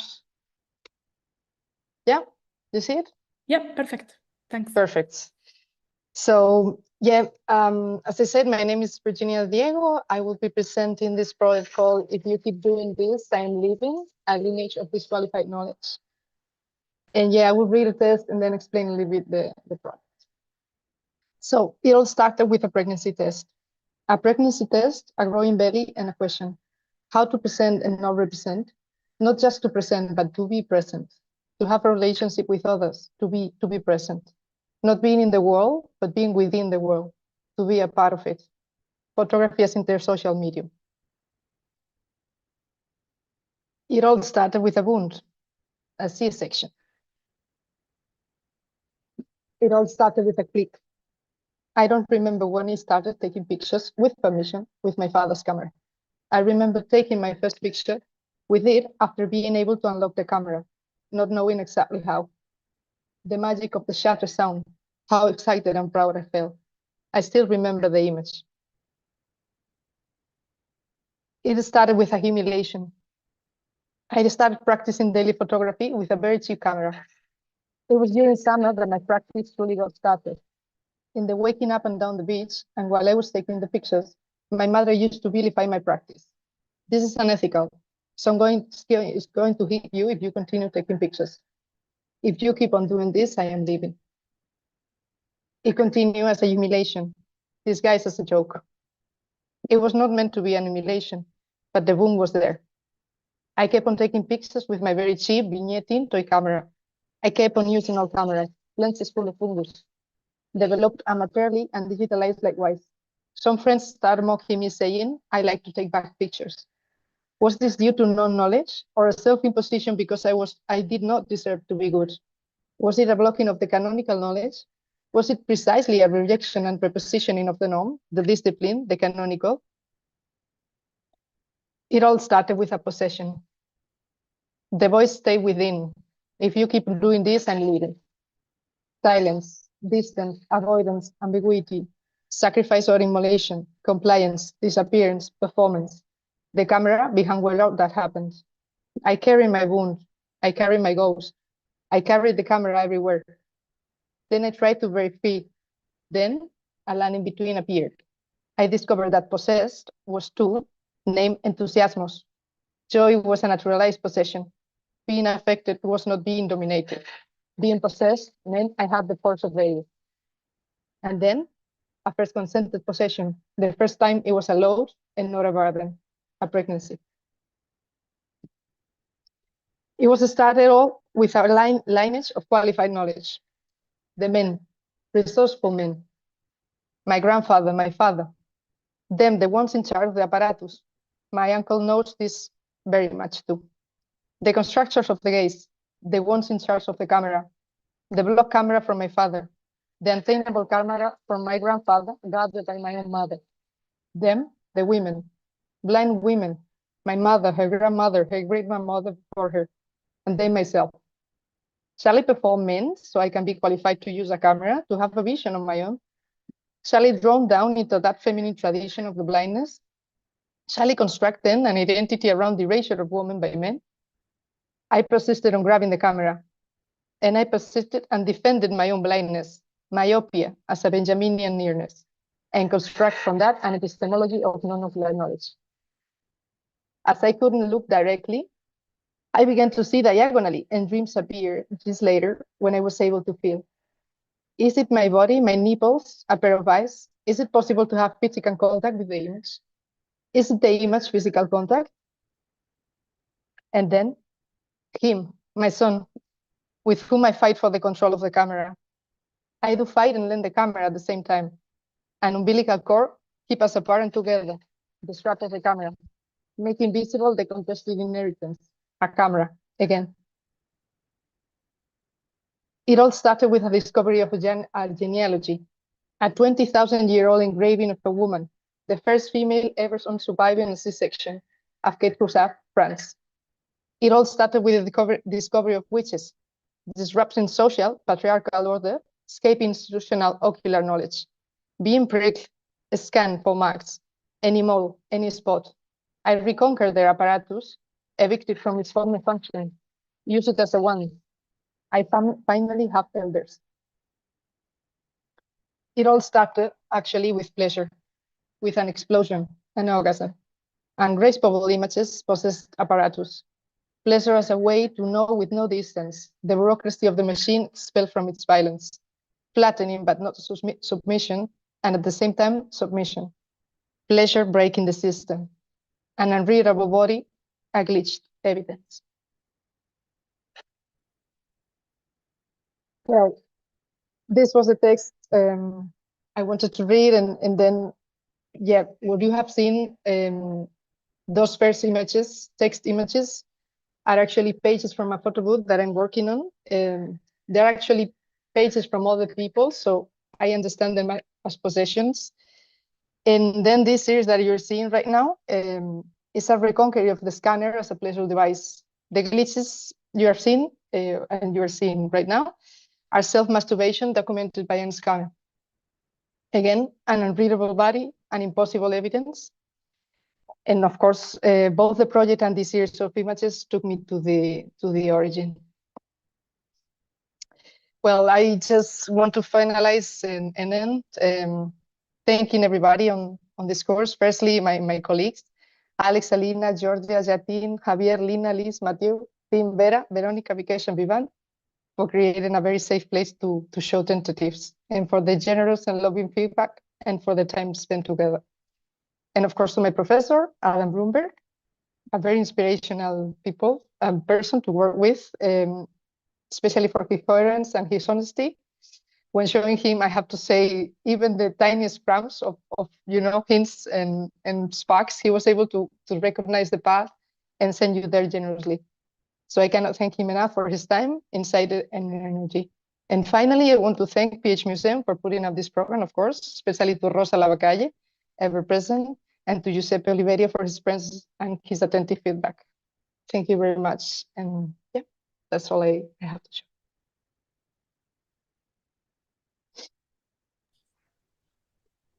It's really moving.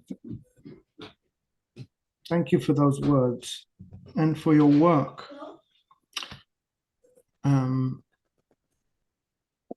Really, and what's amazing is where you got to, and maybe what you revealed to us and you trusted us with, and where you went with it. And I don't feel what's amazing is where you got to.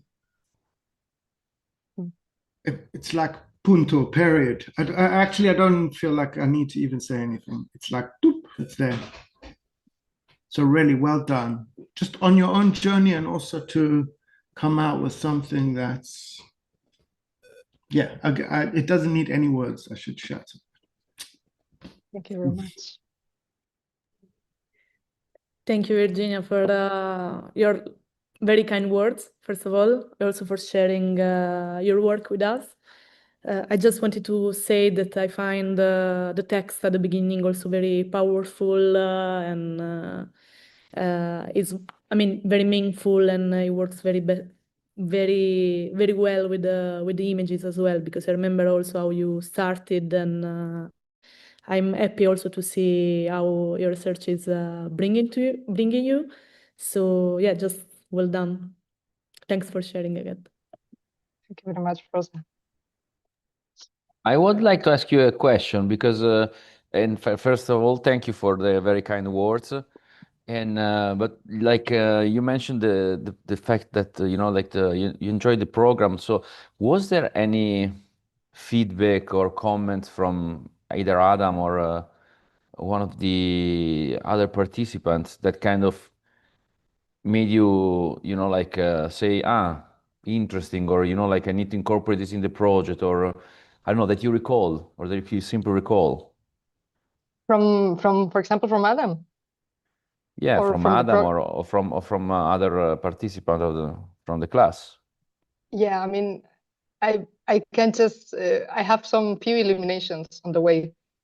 One of them, I think it was the first time I've done a one-to-one with Adam, and I was really nervous. I have a lot of things to say, but I didn't know how to tell them, and I was like, nervous. And he was like very, very thoughtfully listening. And in the end, just with, I was like, I didn't explain this project at all. It's not understandable for what I said, right? And he was able, just from this really, to say, oh, but I think you are feeling this way, and probably you want to try something like this. And I was like, okay, that's it. It was that, it was very precise. It was very, and I mean, before, in between all, I think we have to create this environment that made me feel safe to share this, because for me, this is like one of the results, but on the way I have some up and downs and harder results, emotionally speaking. And I think if we hadn't have this kind of group, like open and trustful, and like I couldn't be able to have done this project at all. So that was, I mean, for me, of course, very work-changing, life-changing in the sense. No, that's great. That's great to hear. Also because maybe many people that follow us on YouTube is the first time they, and so it's nice to sometimes talk a bit about the process. And I think this masterclass specifically, it's a new project, so in an 8 months for a new project is really short amount of time. So it's quite impressive to see all this presentation, and also fascinating to see how much margin there is. How possibly, all the possibility that you might develop or might not develop. So thanks for this, for mentioning this, Virginia. Thank you very much for your question, Giuseppe. Cool. Thank you again, Virginia. And now we have Vivaan, Misra.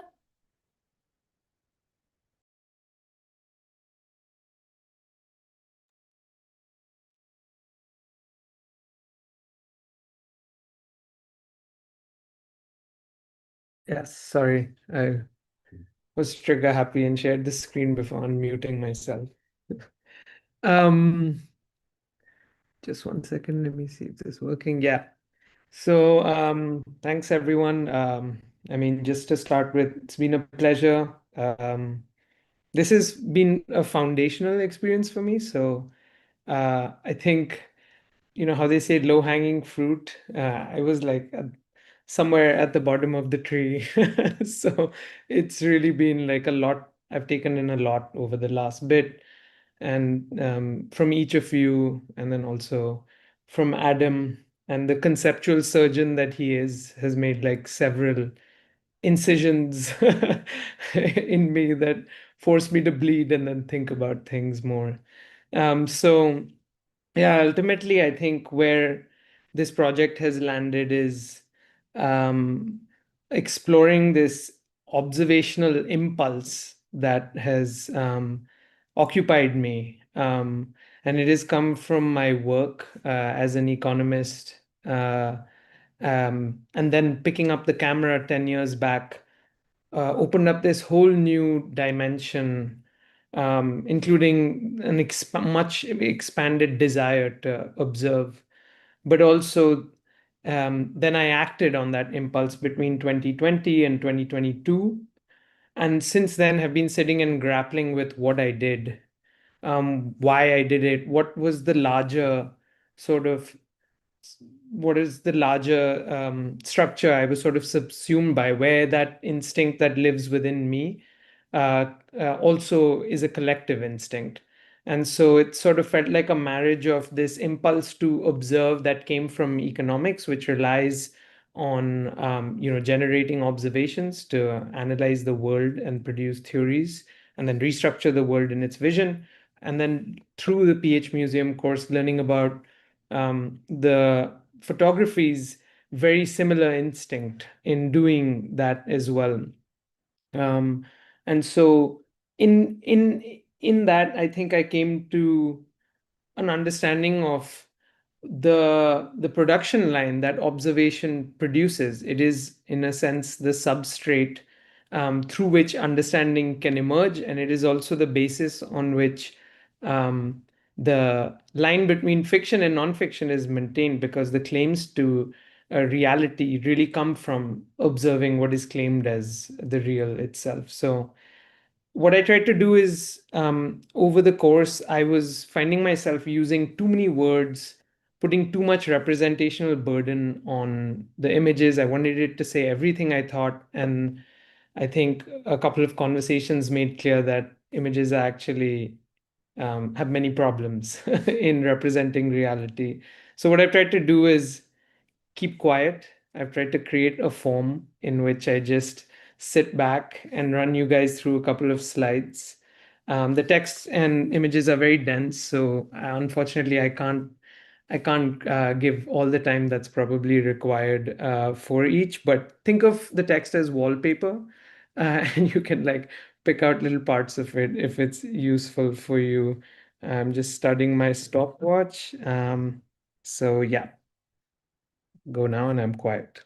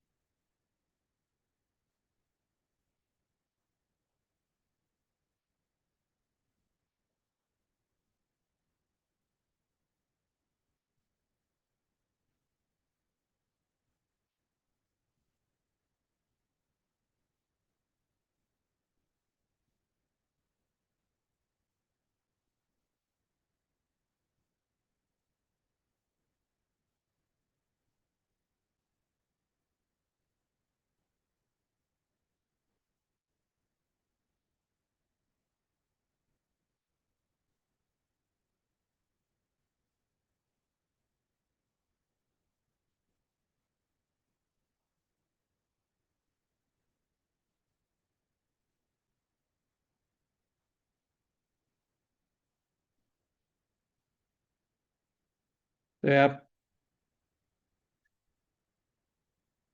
that's basically the presentation. I don't really have much more to add. I just want to open it up for comments, questions, what you saw, anything.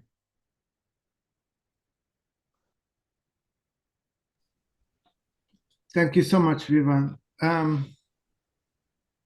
mean, it doesn't need any commentary. It's like the silence worked, and it was, I don't know about other people, maybe I'm too embedded in this and in you, but I found it really chilling. Like the translation, the algorithm's translation of what was there in terms of so many themes we've been talking about. Like your inability or ability to read the images, to translate them to us. It was like you were always trying that, right? Or it's like how much is in pushing you to say this is autobiographical, but that, like to see that and to talk about the, like what Alex brought up right in the beginning, this, the toxic extraction value, and it goes to Liz's project of like how the world is seen by capitalism, by capital.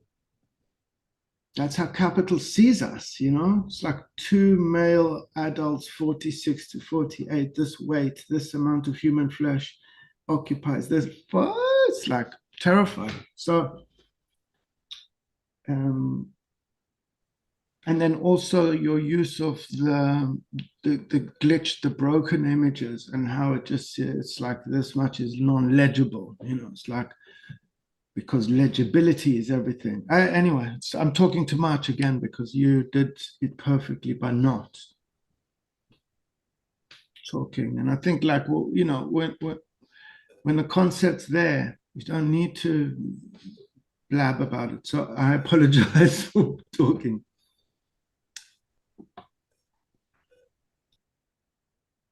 Yeah, Alex, go, but I don't know how to raise the hand, and I can go next, but go, Alex, Yeah, that sure. you have your... Thank you. Sorry, it took me a second to unmute. I loved the way when you first started talking, you said incision, because I feel like that's such a great way to talk about it.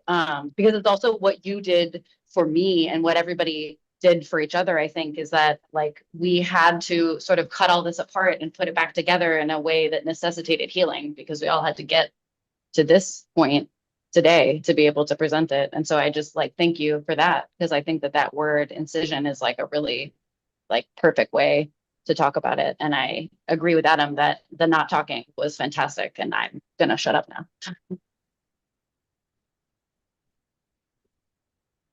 Javier? Yeah, well, I think that what we are supposed to do images, but like I feel something with this that could be like in progress. And we were talking about the concept of indexicality with Vivaan, and I really feel that this language of the AI, of the algorithm, is something that is really valuable in this process. So I will take the text even further. It's like the image in this case will be only the fuel of the algorithm. It's like, for me, that codification that was inaccessible, that is something like a noisy from the machines, is like the valuable conceptual image that I am looking for, because it's really not that sexable at all for me. Yeah, thank you. I also just feel like we're on this, I've mentioned it a few times maybe, but we're on this threshold of analyzability that we're crossing right now. And the reach, the sheer like absolute intensity and reach of this gaze that I was trying to put together here and show, give an insight. I embody it like in my lived experience, but I just feel like it's going to be expanded in a way that leaves us all susceptible to its, being just taken in by it. So, yeah. But I mean, I'm very grateful for you to reveal the kind of, it's got a serial killer like pathological sociopathic mind. That's what it has. And it's like, it's hungry. You can feel its hunger, right? Like reducing it to data and like wanting to like suck it up with like, here's the human straw, here's the like wrought iron or whatever. But something's coming from all of us, which is like these ways through, the way out, because it goes to all like Tim's looking back, you're looking to the future, you know, and I don't know, I keep coming back to this idea of like the subconscious is where that machine cannot reach. So somehow, and humor as well, like it you know, humor is a really weird thing, and you can't quantify it, and you can't like label it. And I think that's what they say, like maybe our total wacko but benevolent thinking is the way forward, you know what I mean? And full of humor and irony, and that's, you can't teach anyone that shit. You can't teach an algorithm, I don't think. I don't know. But yeah, thank you. I'm grateful because it's like you've produced something that's an asset immediately.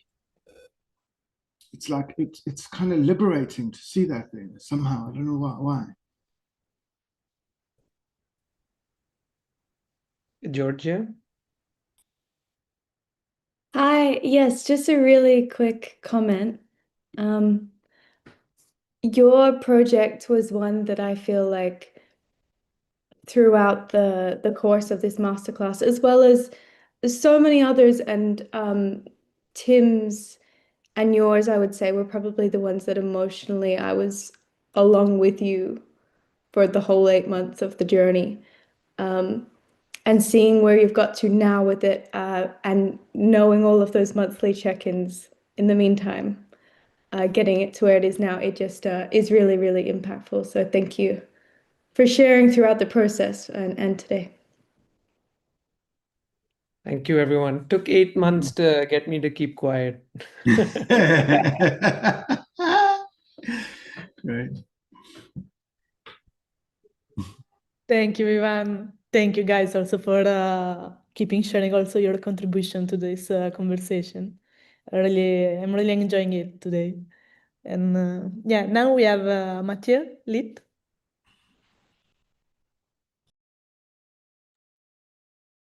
Hi everyone, and first of all, I wanted to thank Adam and Rosa for your enthusiasm, and everyone in the group, because it was deep conversations. The space we created together was really safe, and it was really a nice time spent together, and really interesting output. So it was really nice.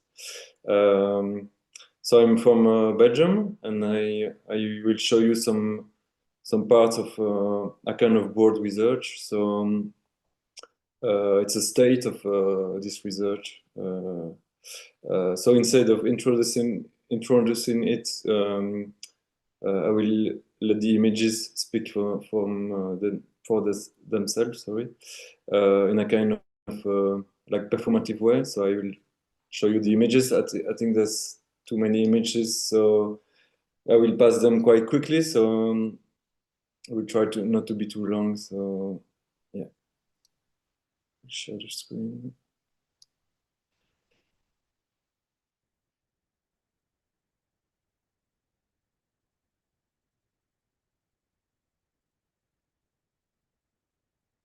Can you see it? Yep. Yes.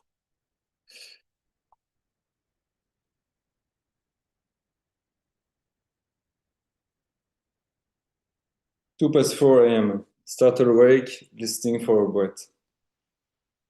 23 to 5 a.m. Starter awake, placing my hand on her belly and feeling it rise and fall with each breath.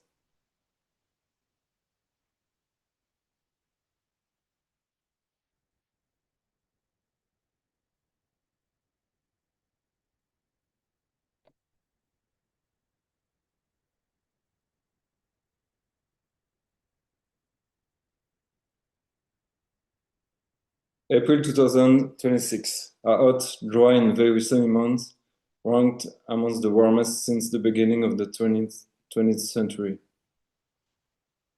Rainfall was well below average, 9 millimeters in Brussels, although the frequency was normal.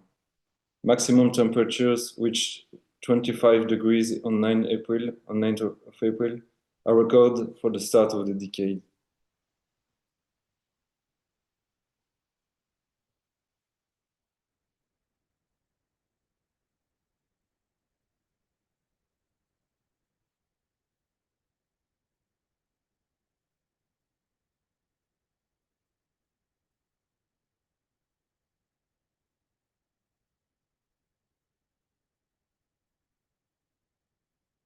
Three to 6 a.m.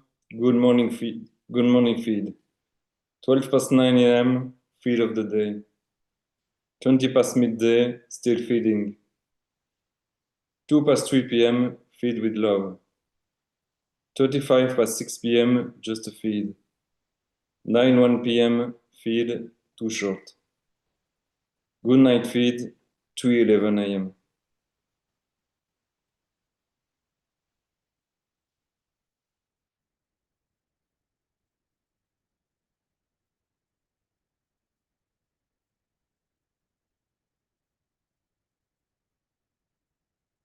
A robin has just built a nest on my eaves. I just learned that robins use the Earth's magnetic field to navigate. It allows them to travel thousands of kilometers, often at night, without any visual landmarks.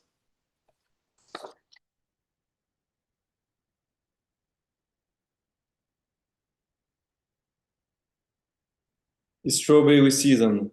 Be sure they are not spoiled with fluodoxonil, a synthetic pesticide massively used on strawberries. There's also a PFAS, a permanent pollutant that's unbreakable by the environment, neither by your body. This product was meant to expire lately. It has been prolonged 5 times. Yet scientific proofs are there: sexual hormone disturbance, fertility issues, slowing puberty, damage to DNA.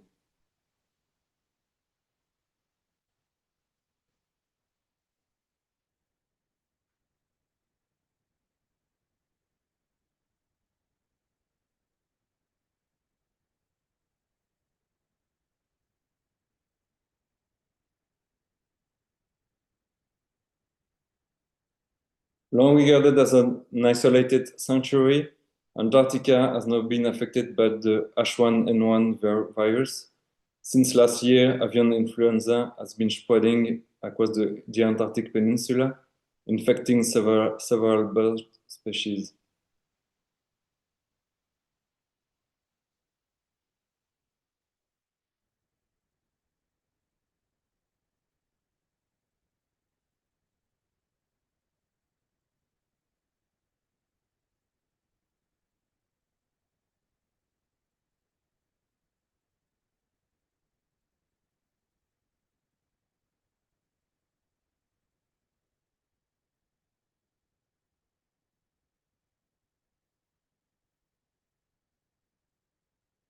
Episode 153, the same motions, clumsy at first, then more skillful and increasingly faster until they become automatic, changing diapers over and over, one after another. Expert level, crying, reassure, cuddle, rock, sing, entertain. Still crying, the diaper is full, lie her down, describe and verbalize each movement, open, observe, assess the volume of output, clean, remove the soiled diaper, replace it immediately with a clean one, check the fit for a secure seal. Kiss her bare feet, tickle her soft tummy, smiles, and even louder. 24 minutes just for the two of us, her laying flat, me bent over with a full breast.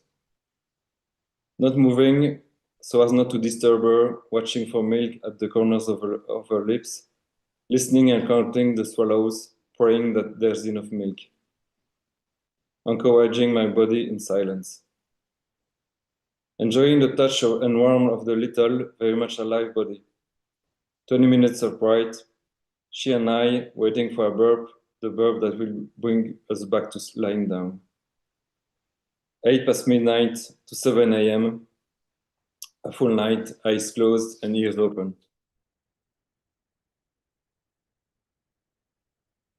The drug is becoming a cause for concern on the end of April 2026. Soon, a red flag will be raised, restricting access to high-risk area.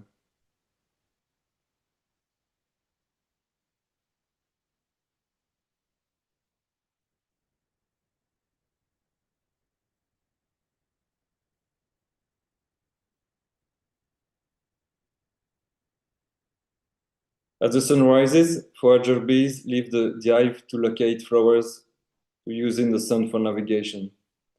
They travel to collect nectar and pollen, often visiting specific patches of flowers until they are empty. Upon returning, foragers use the waggle dance to share the precise location of food sources with other workers. Younger bees protect the hive entrance from threats, only stinging if necessary. Bees rest or maintain the hive temperature, but foragers stop flying.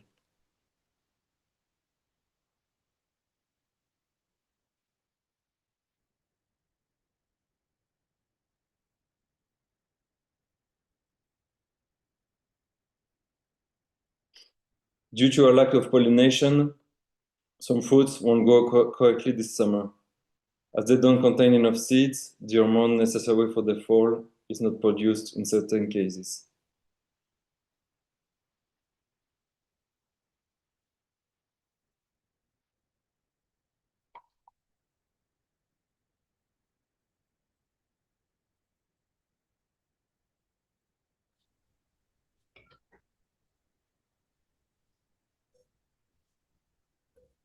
Yeah, that's it. Thank you, Matthieu. Can you remind me, did we start just before you became a father? I think the first meeting was just before. Ah, perfect.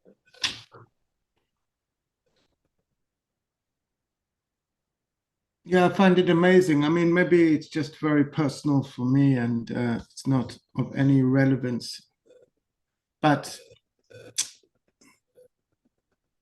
I almost feel like these 8 months and this course going on through the time, in a way, gave you permission to be attentive, you know what I mean? Like, and be present and be and observe with, even if it's this kind of distorted, dreamy eye, but to be present. And then also you responded beautifully to sometimes our harsh reminders of who's doing the labor, you know, and to quantify it and to recognize it, and you know, and just listening to you and seeing this stuff, it's so very beautiful. It's like, it fills me with feelings of somehow some regret, but also so, you know, for my inattentiveness at those moments. So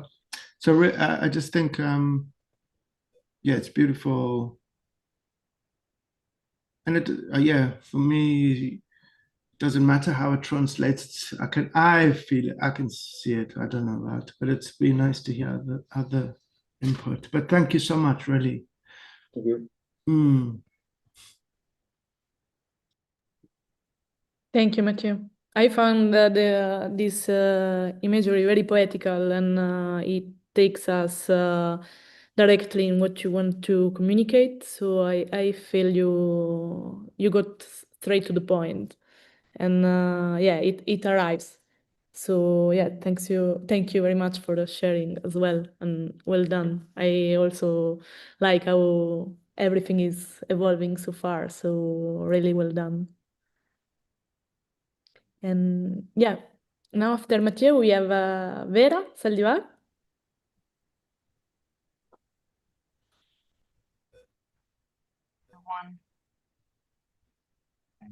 Ciao, Vera. Did you see my screen? Yeah. Yeah. Yeah.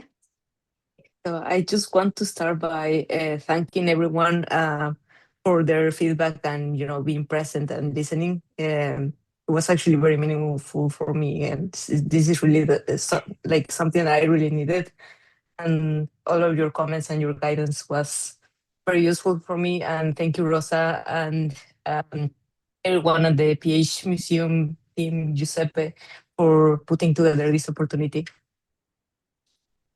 All right. So let's see. So a lot of this work, which is titled Backbone, that's kind of like a working title, comes from my experiences balancing day jobs, with the labor of being an artist and thinking about the contradictions that come with that, especially questions about precarity, navigating immigration systems, institutional power, and the way artistic labor is romanticized while being deeply tied into systems of exploitations and commerce. So this project draws from Marxist ideas, particularly concepts of alienation, commodity fetishism, and definitions of value and socialization of labor. So I'm pretty much interested in how labor within the arts transcends manual labor, and this goes towards like more emotional, intellectual labor, and social forms of labor as well that are often invisible and overlooked during the process of production of art. So the project pretty much started by repurposing photographs originally taken during working as an e-commerce photographer and digital asset manager for this secondary market art dealer. And I was mostly interested in the backs of the frames because the traces of these objects reveal the labor infrastructure behind the artwork's origin, the circulation, and their value. So reclaiming these photographs from being commercial functional documents into cultural production that exposes the hidden labor behind circulation and cultural commodities by including the text and kind of like the reasoning behind the dictation of the monetary value of these pieces, or even like the cultural or historical value of some of these pieces. So in other instances, I incorporate reclaimed materials and woodworking processes, learn while working as a frame builder and finisher for a framing studio.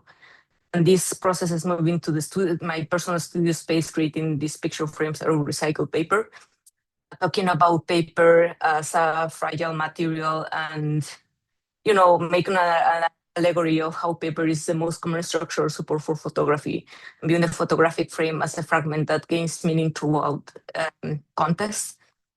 So kind of like making a point, citing Secula, right, Alan Secula, that photographic frames are not neutral, but are sites where capitalist, social, and power dynamics are constructed, contested, and often masked. So everything is, directly tied to the context in which the images are made.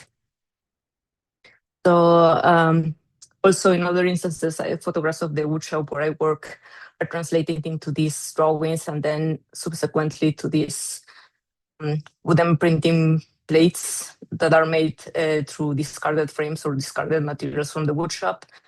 And,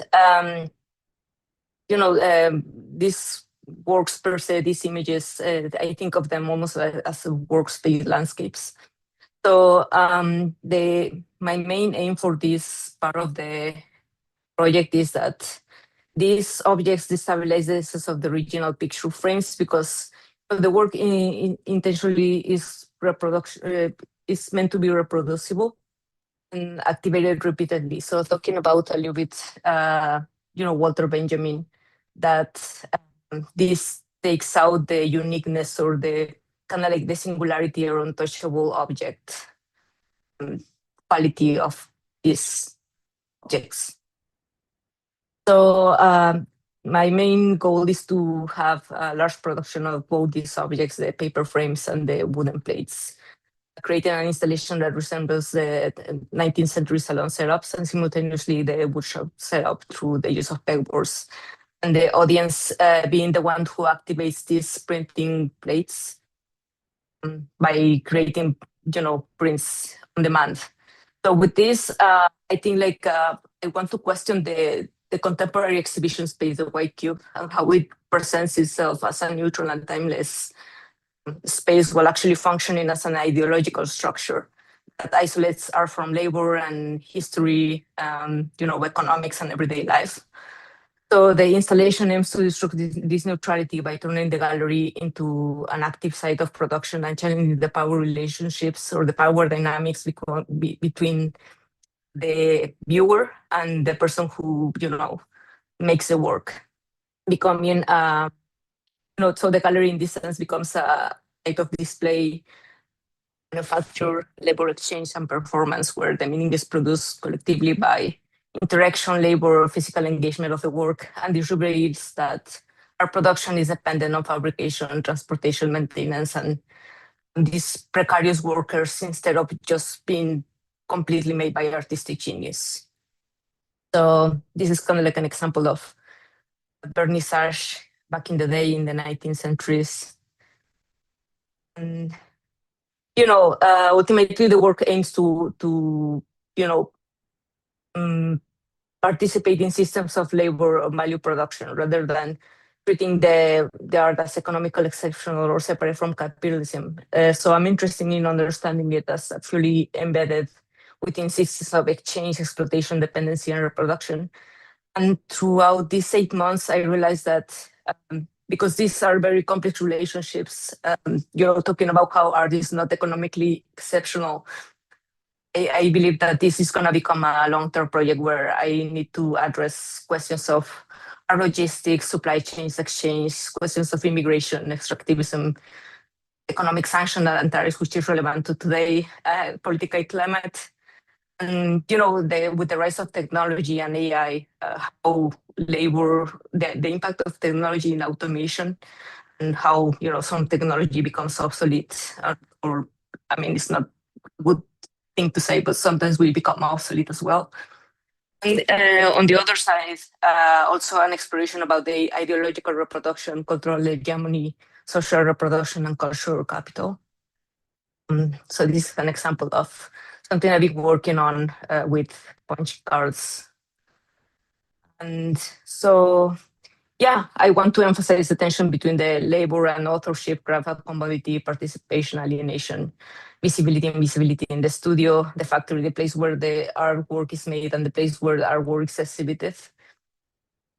I think that's it.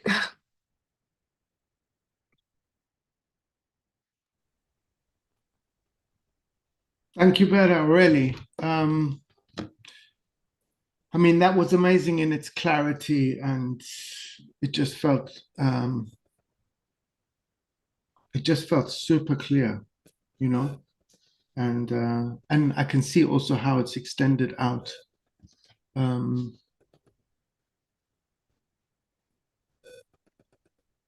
Compared to the beginning where you were less sure of it, and it just came. So I don't know.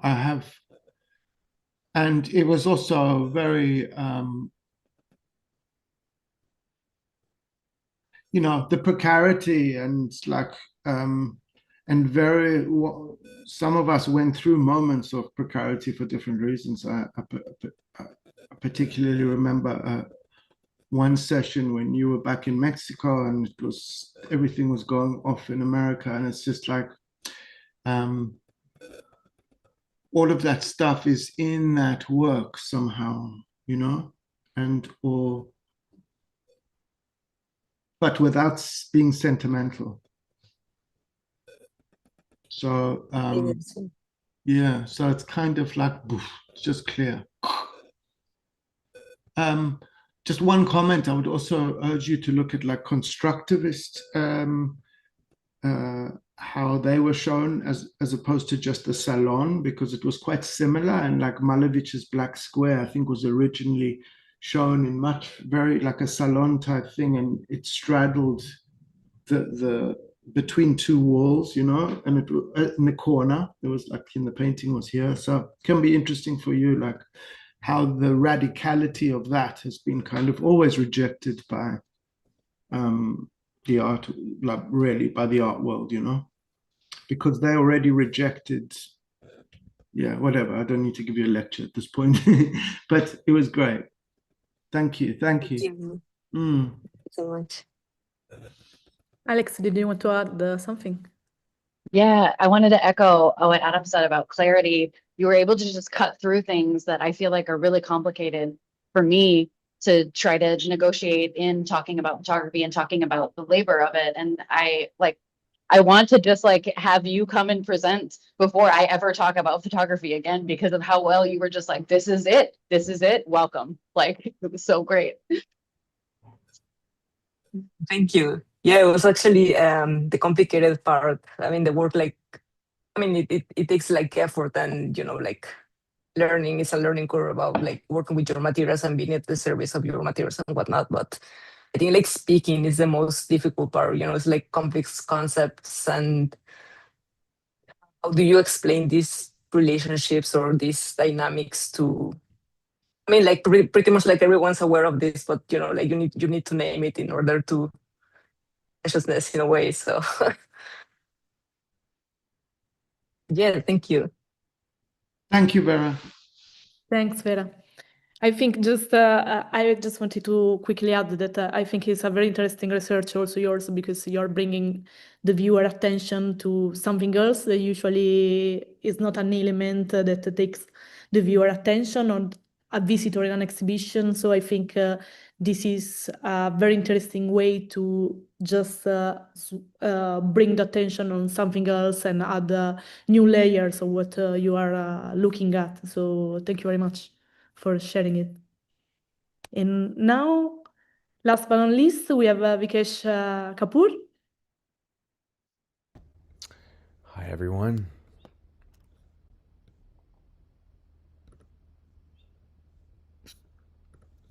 Hi. Okay.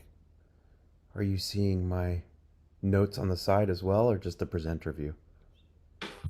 You are seeing my notes. The Litt, I mean, it's very kind of little, the presentation, and then is a white part. I don't know if you then have notes. Yeah, sorry, one second. Let me try once more. Okay, yeah, I'm going to do it with the notes.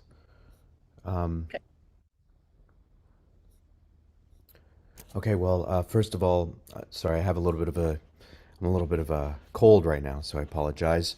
Thank you so much to Adam Broomberg for this course and for my colleagues. And thank you to Rosa and Giuseppe from PhMuseum. My name is Vikesh Kapoor. I'm an interdisciplinary artist from rural Pennsylvania. I'm based in Los Angeles. This is a photograph of my mother, Sarla Kapoor. I made it in 2016. And this is a photograph I made the day after my mother's funeral 7 years later. This photograph depicts the scene of a private ceremony we held for my mother for close family and friends after the public funeral service. Because there are no Hindu temples in the region, we held the ceremony here, in the home she shared with my father in rural Pennsylvania. She immigrated from India to America in 1971 with my father, settling and living in this home for over 30 years. After her unexpected passing, I put down my camera and turned to poems. Poems helped me work through my grief and allowed me to experiment with combining text and image, like in this poem, The Caterpillar, which includes a photograph of my mother from our family album archive. I wrote poems like this one that reminded me of childhood, when my mother was my protector.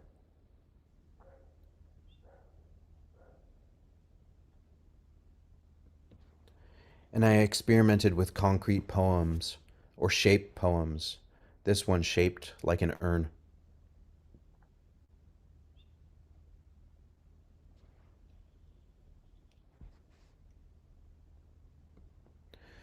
Once I felt ready to return to my photographs, I related much differently to pictures of my mother, like this one.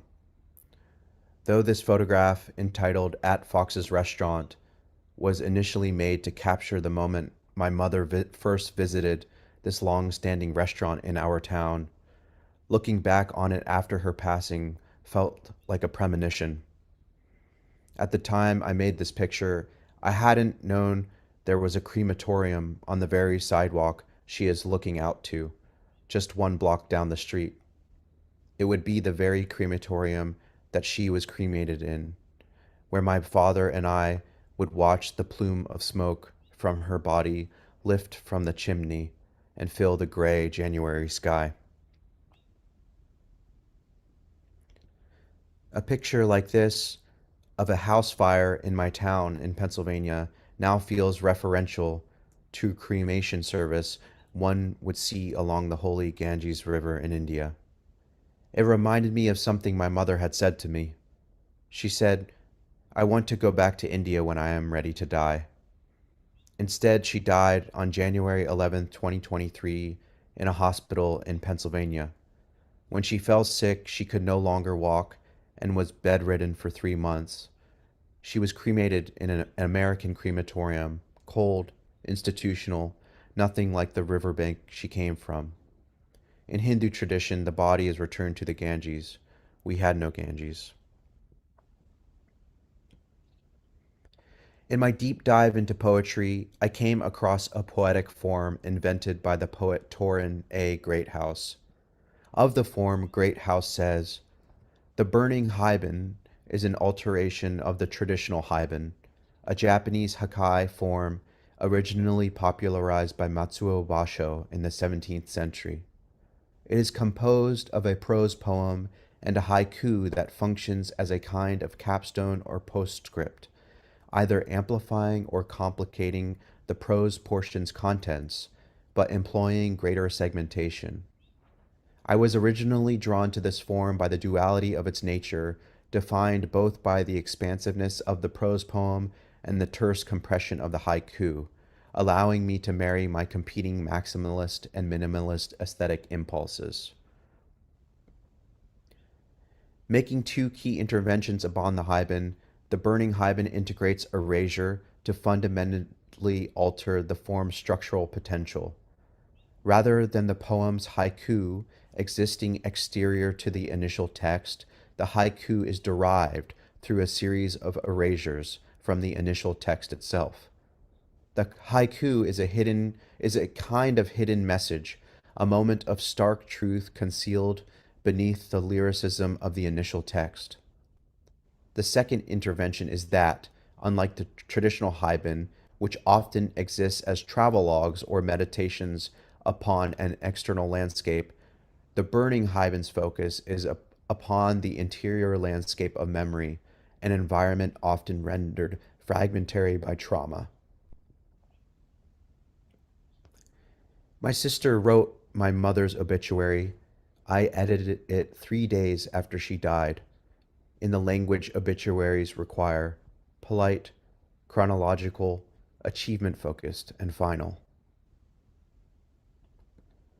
Because obituaries are never emotionally true, I rewrote hers as a burning haiban, beginning with the source text, her obituary that was published in the local newspaper. I then took the original text and removed it, leaving only what remained after her cremation, the scattered words on the page acting as her ashes. And I'll read this erasure. Passed away fully on January 11th, 2023, in General Pitt. She was born to sing Aurora, tending her India. She moved to unite, emigrate, reside, fertility ship, New York. Train opened her. Husband served years, her tire. Will a compassionate touch live? Was the first female over. In her tire the herb watch idle. She charities, the United States and India, survive by her ash of each angel and child. Life held high, day come to tend. Flowers, please make under Sarla a haven or line home. The haiku at the end, her bones. Tend her, India, years will touch the herb by her, ash flowers under. And this is what the burning hibin looks together.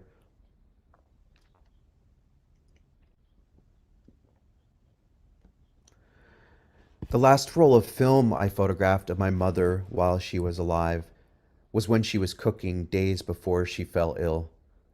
Cooking was her love language, the primary way she expressed care and connection, particularly with me.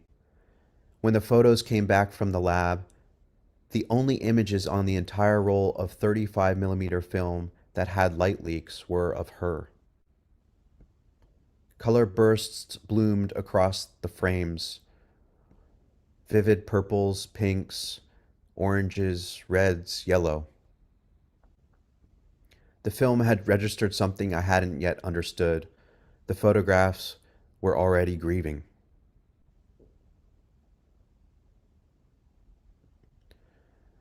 The morning my mother's obituary appeared in the local newspaper, my father and I drove to the stand near the post office in the cold and put a quarter in.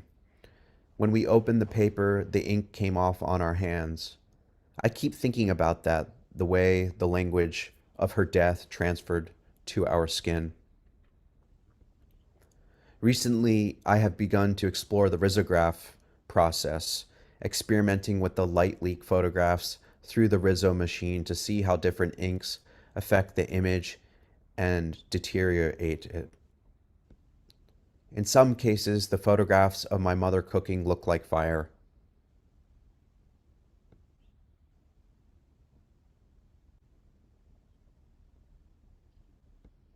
Or a buried memory.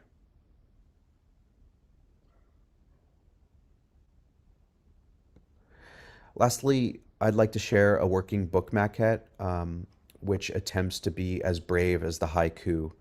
Adam and I spoke in our last session together, and he encouraged me to embrace the succinctness of a haiku and what it can distill in, and allowing an artist book to be something small or short. And so this is where I'm at right now, and this is just a potential layout for a maquette. And then after this, I'll continue my experiments with the risograph as well.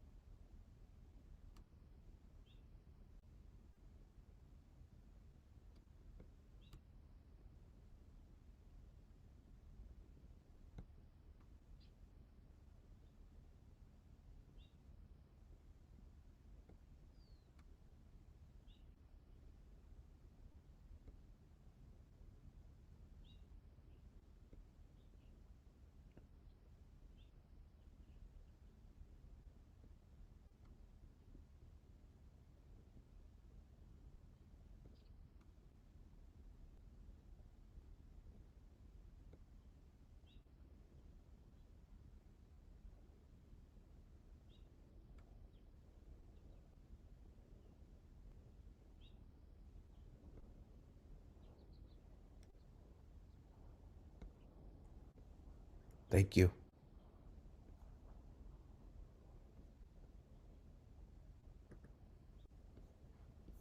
Really lovely. Thank you.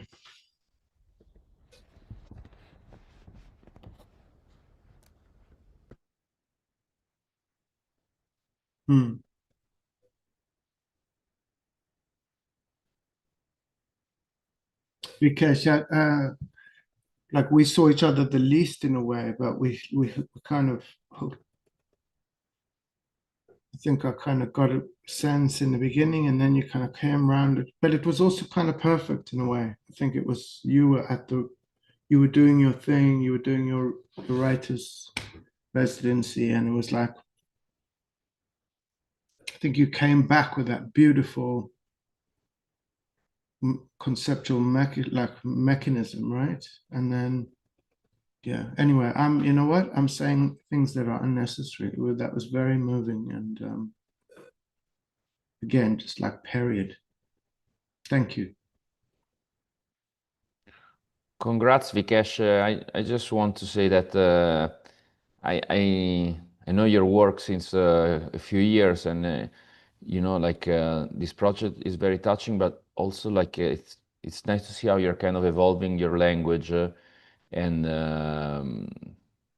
you know, while still maintaining, you know, a certain poetic that maybe comes from, you know, like previous work that were more into traditional documentary photography, or you know, like at least of these years, and so you kind of maintain that poetic while kind of yeah, experimenting and touching differently, you know, using the language differently. So congrats. Mm-hmm. Thank you, Giuseppe. Well, everybody, well done, Georgia, for staying up till 3 a.m. Appreciate it. And yeah, it's been an honor. Thank you, Giuseppe and Rosa, for making this possible. It's been I've learned a lot, much more than any of you. So I'm very grateful, really. Thank you, Adam. Mhm. And also for your generosity with your feedbacks to all the participants during these 8 months. And I'm very happy with everyone, because I remember very well how you started at the beginning with during the first group session, and sharing your ideas with the rest of the group, with us. So I think you all did very huge steps on your researches, on your ideas, and I think you also need to be proud of yourself. And I really looking forward to see how everything will evolve in the next months or years if needed. But yeah, I think this experience was very valuable from your side and our side as well, because you know, you are sharing a lot with us as well. So I think, I mean, I'm really happy to be part of this journey as well. It is personal for everyone. So thank you very much. Mhm. Yeah, I agree that, you know, starting a project and concluding a project are probably the most challenging part. So, you know, like thanks for joining this first edition of IDEA, and for all the great work you've done, and also for creating this, you know, like safe environment, you know, because it's thanks to each one of you. So it's really appreciated. And thanks so much, Adam. We will miss you next year, but I think we can anticipate that we are working to see if you might make it to our festival in early October. So maybe that could be another nice occasion to gather in person this time. Thank you. And everybody, we stay in touch, right? Please. Please, that would be great. Yeah. Sure. So yeah, just before ending, I want, for who is watching the video, I want just to remind that we have other presentations next week. We have Cure, and then we have the participants from Critique, and yeah. And of course, also, if you want to know more about the project, feel free to reach out to the participants as well. Alex Zin is also downloadable. So yeah, I mean, I hope this journey can be shared with many people, and not only among us. So thank you very much, guys. And yeah, see you next week for the next presentation. So Thank you. Thank you. Bye-bye. Thank you.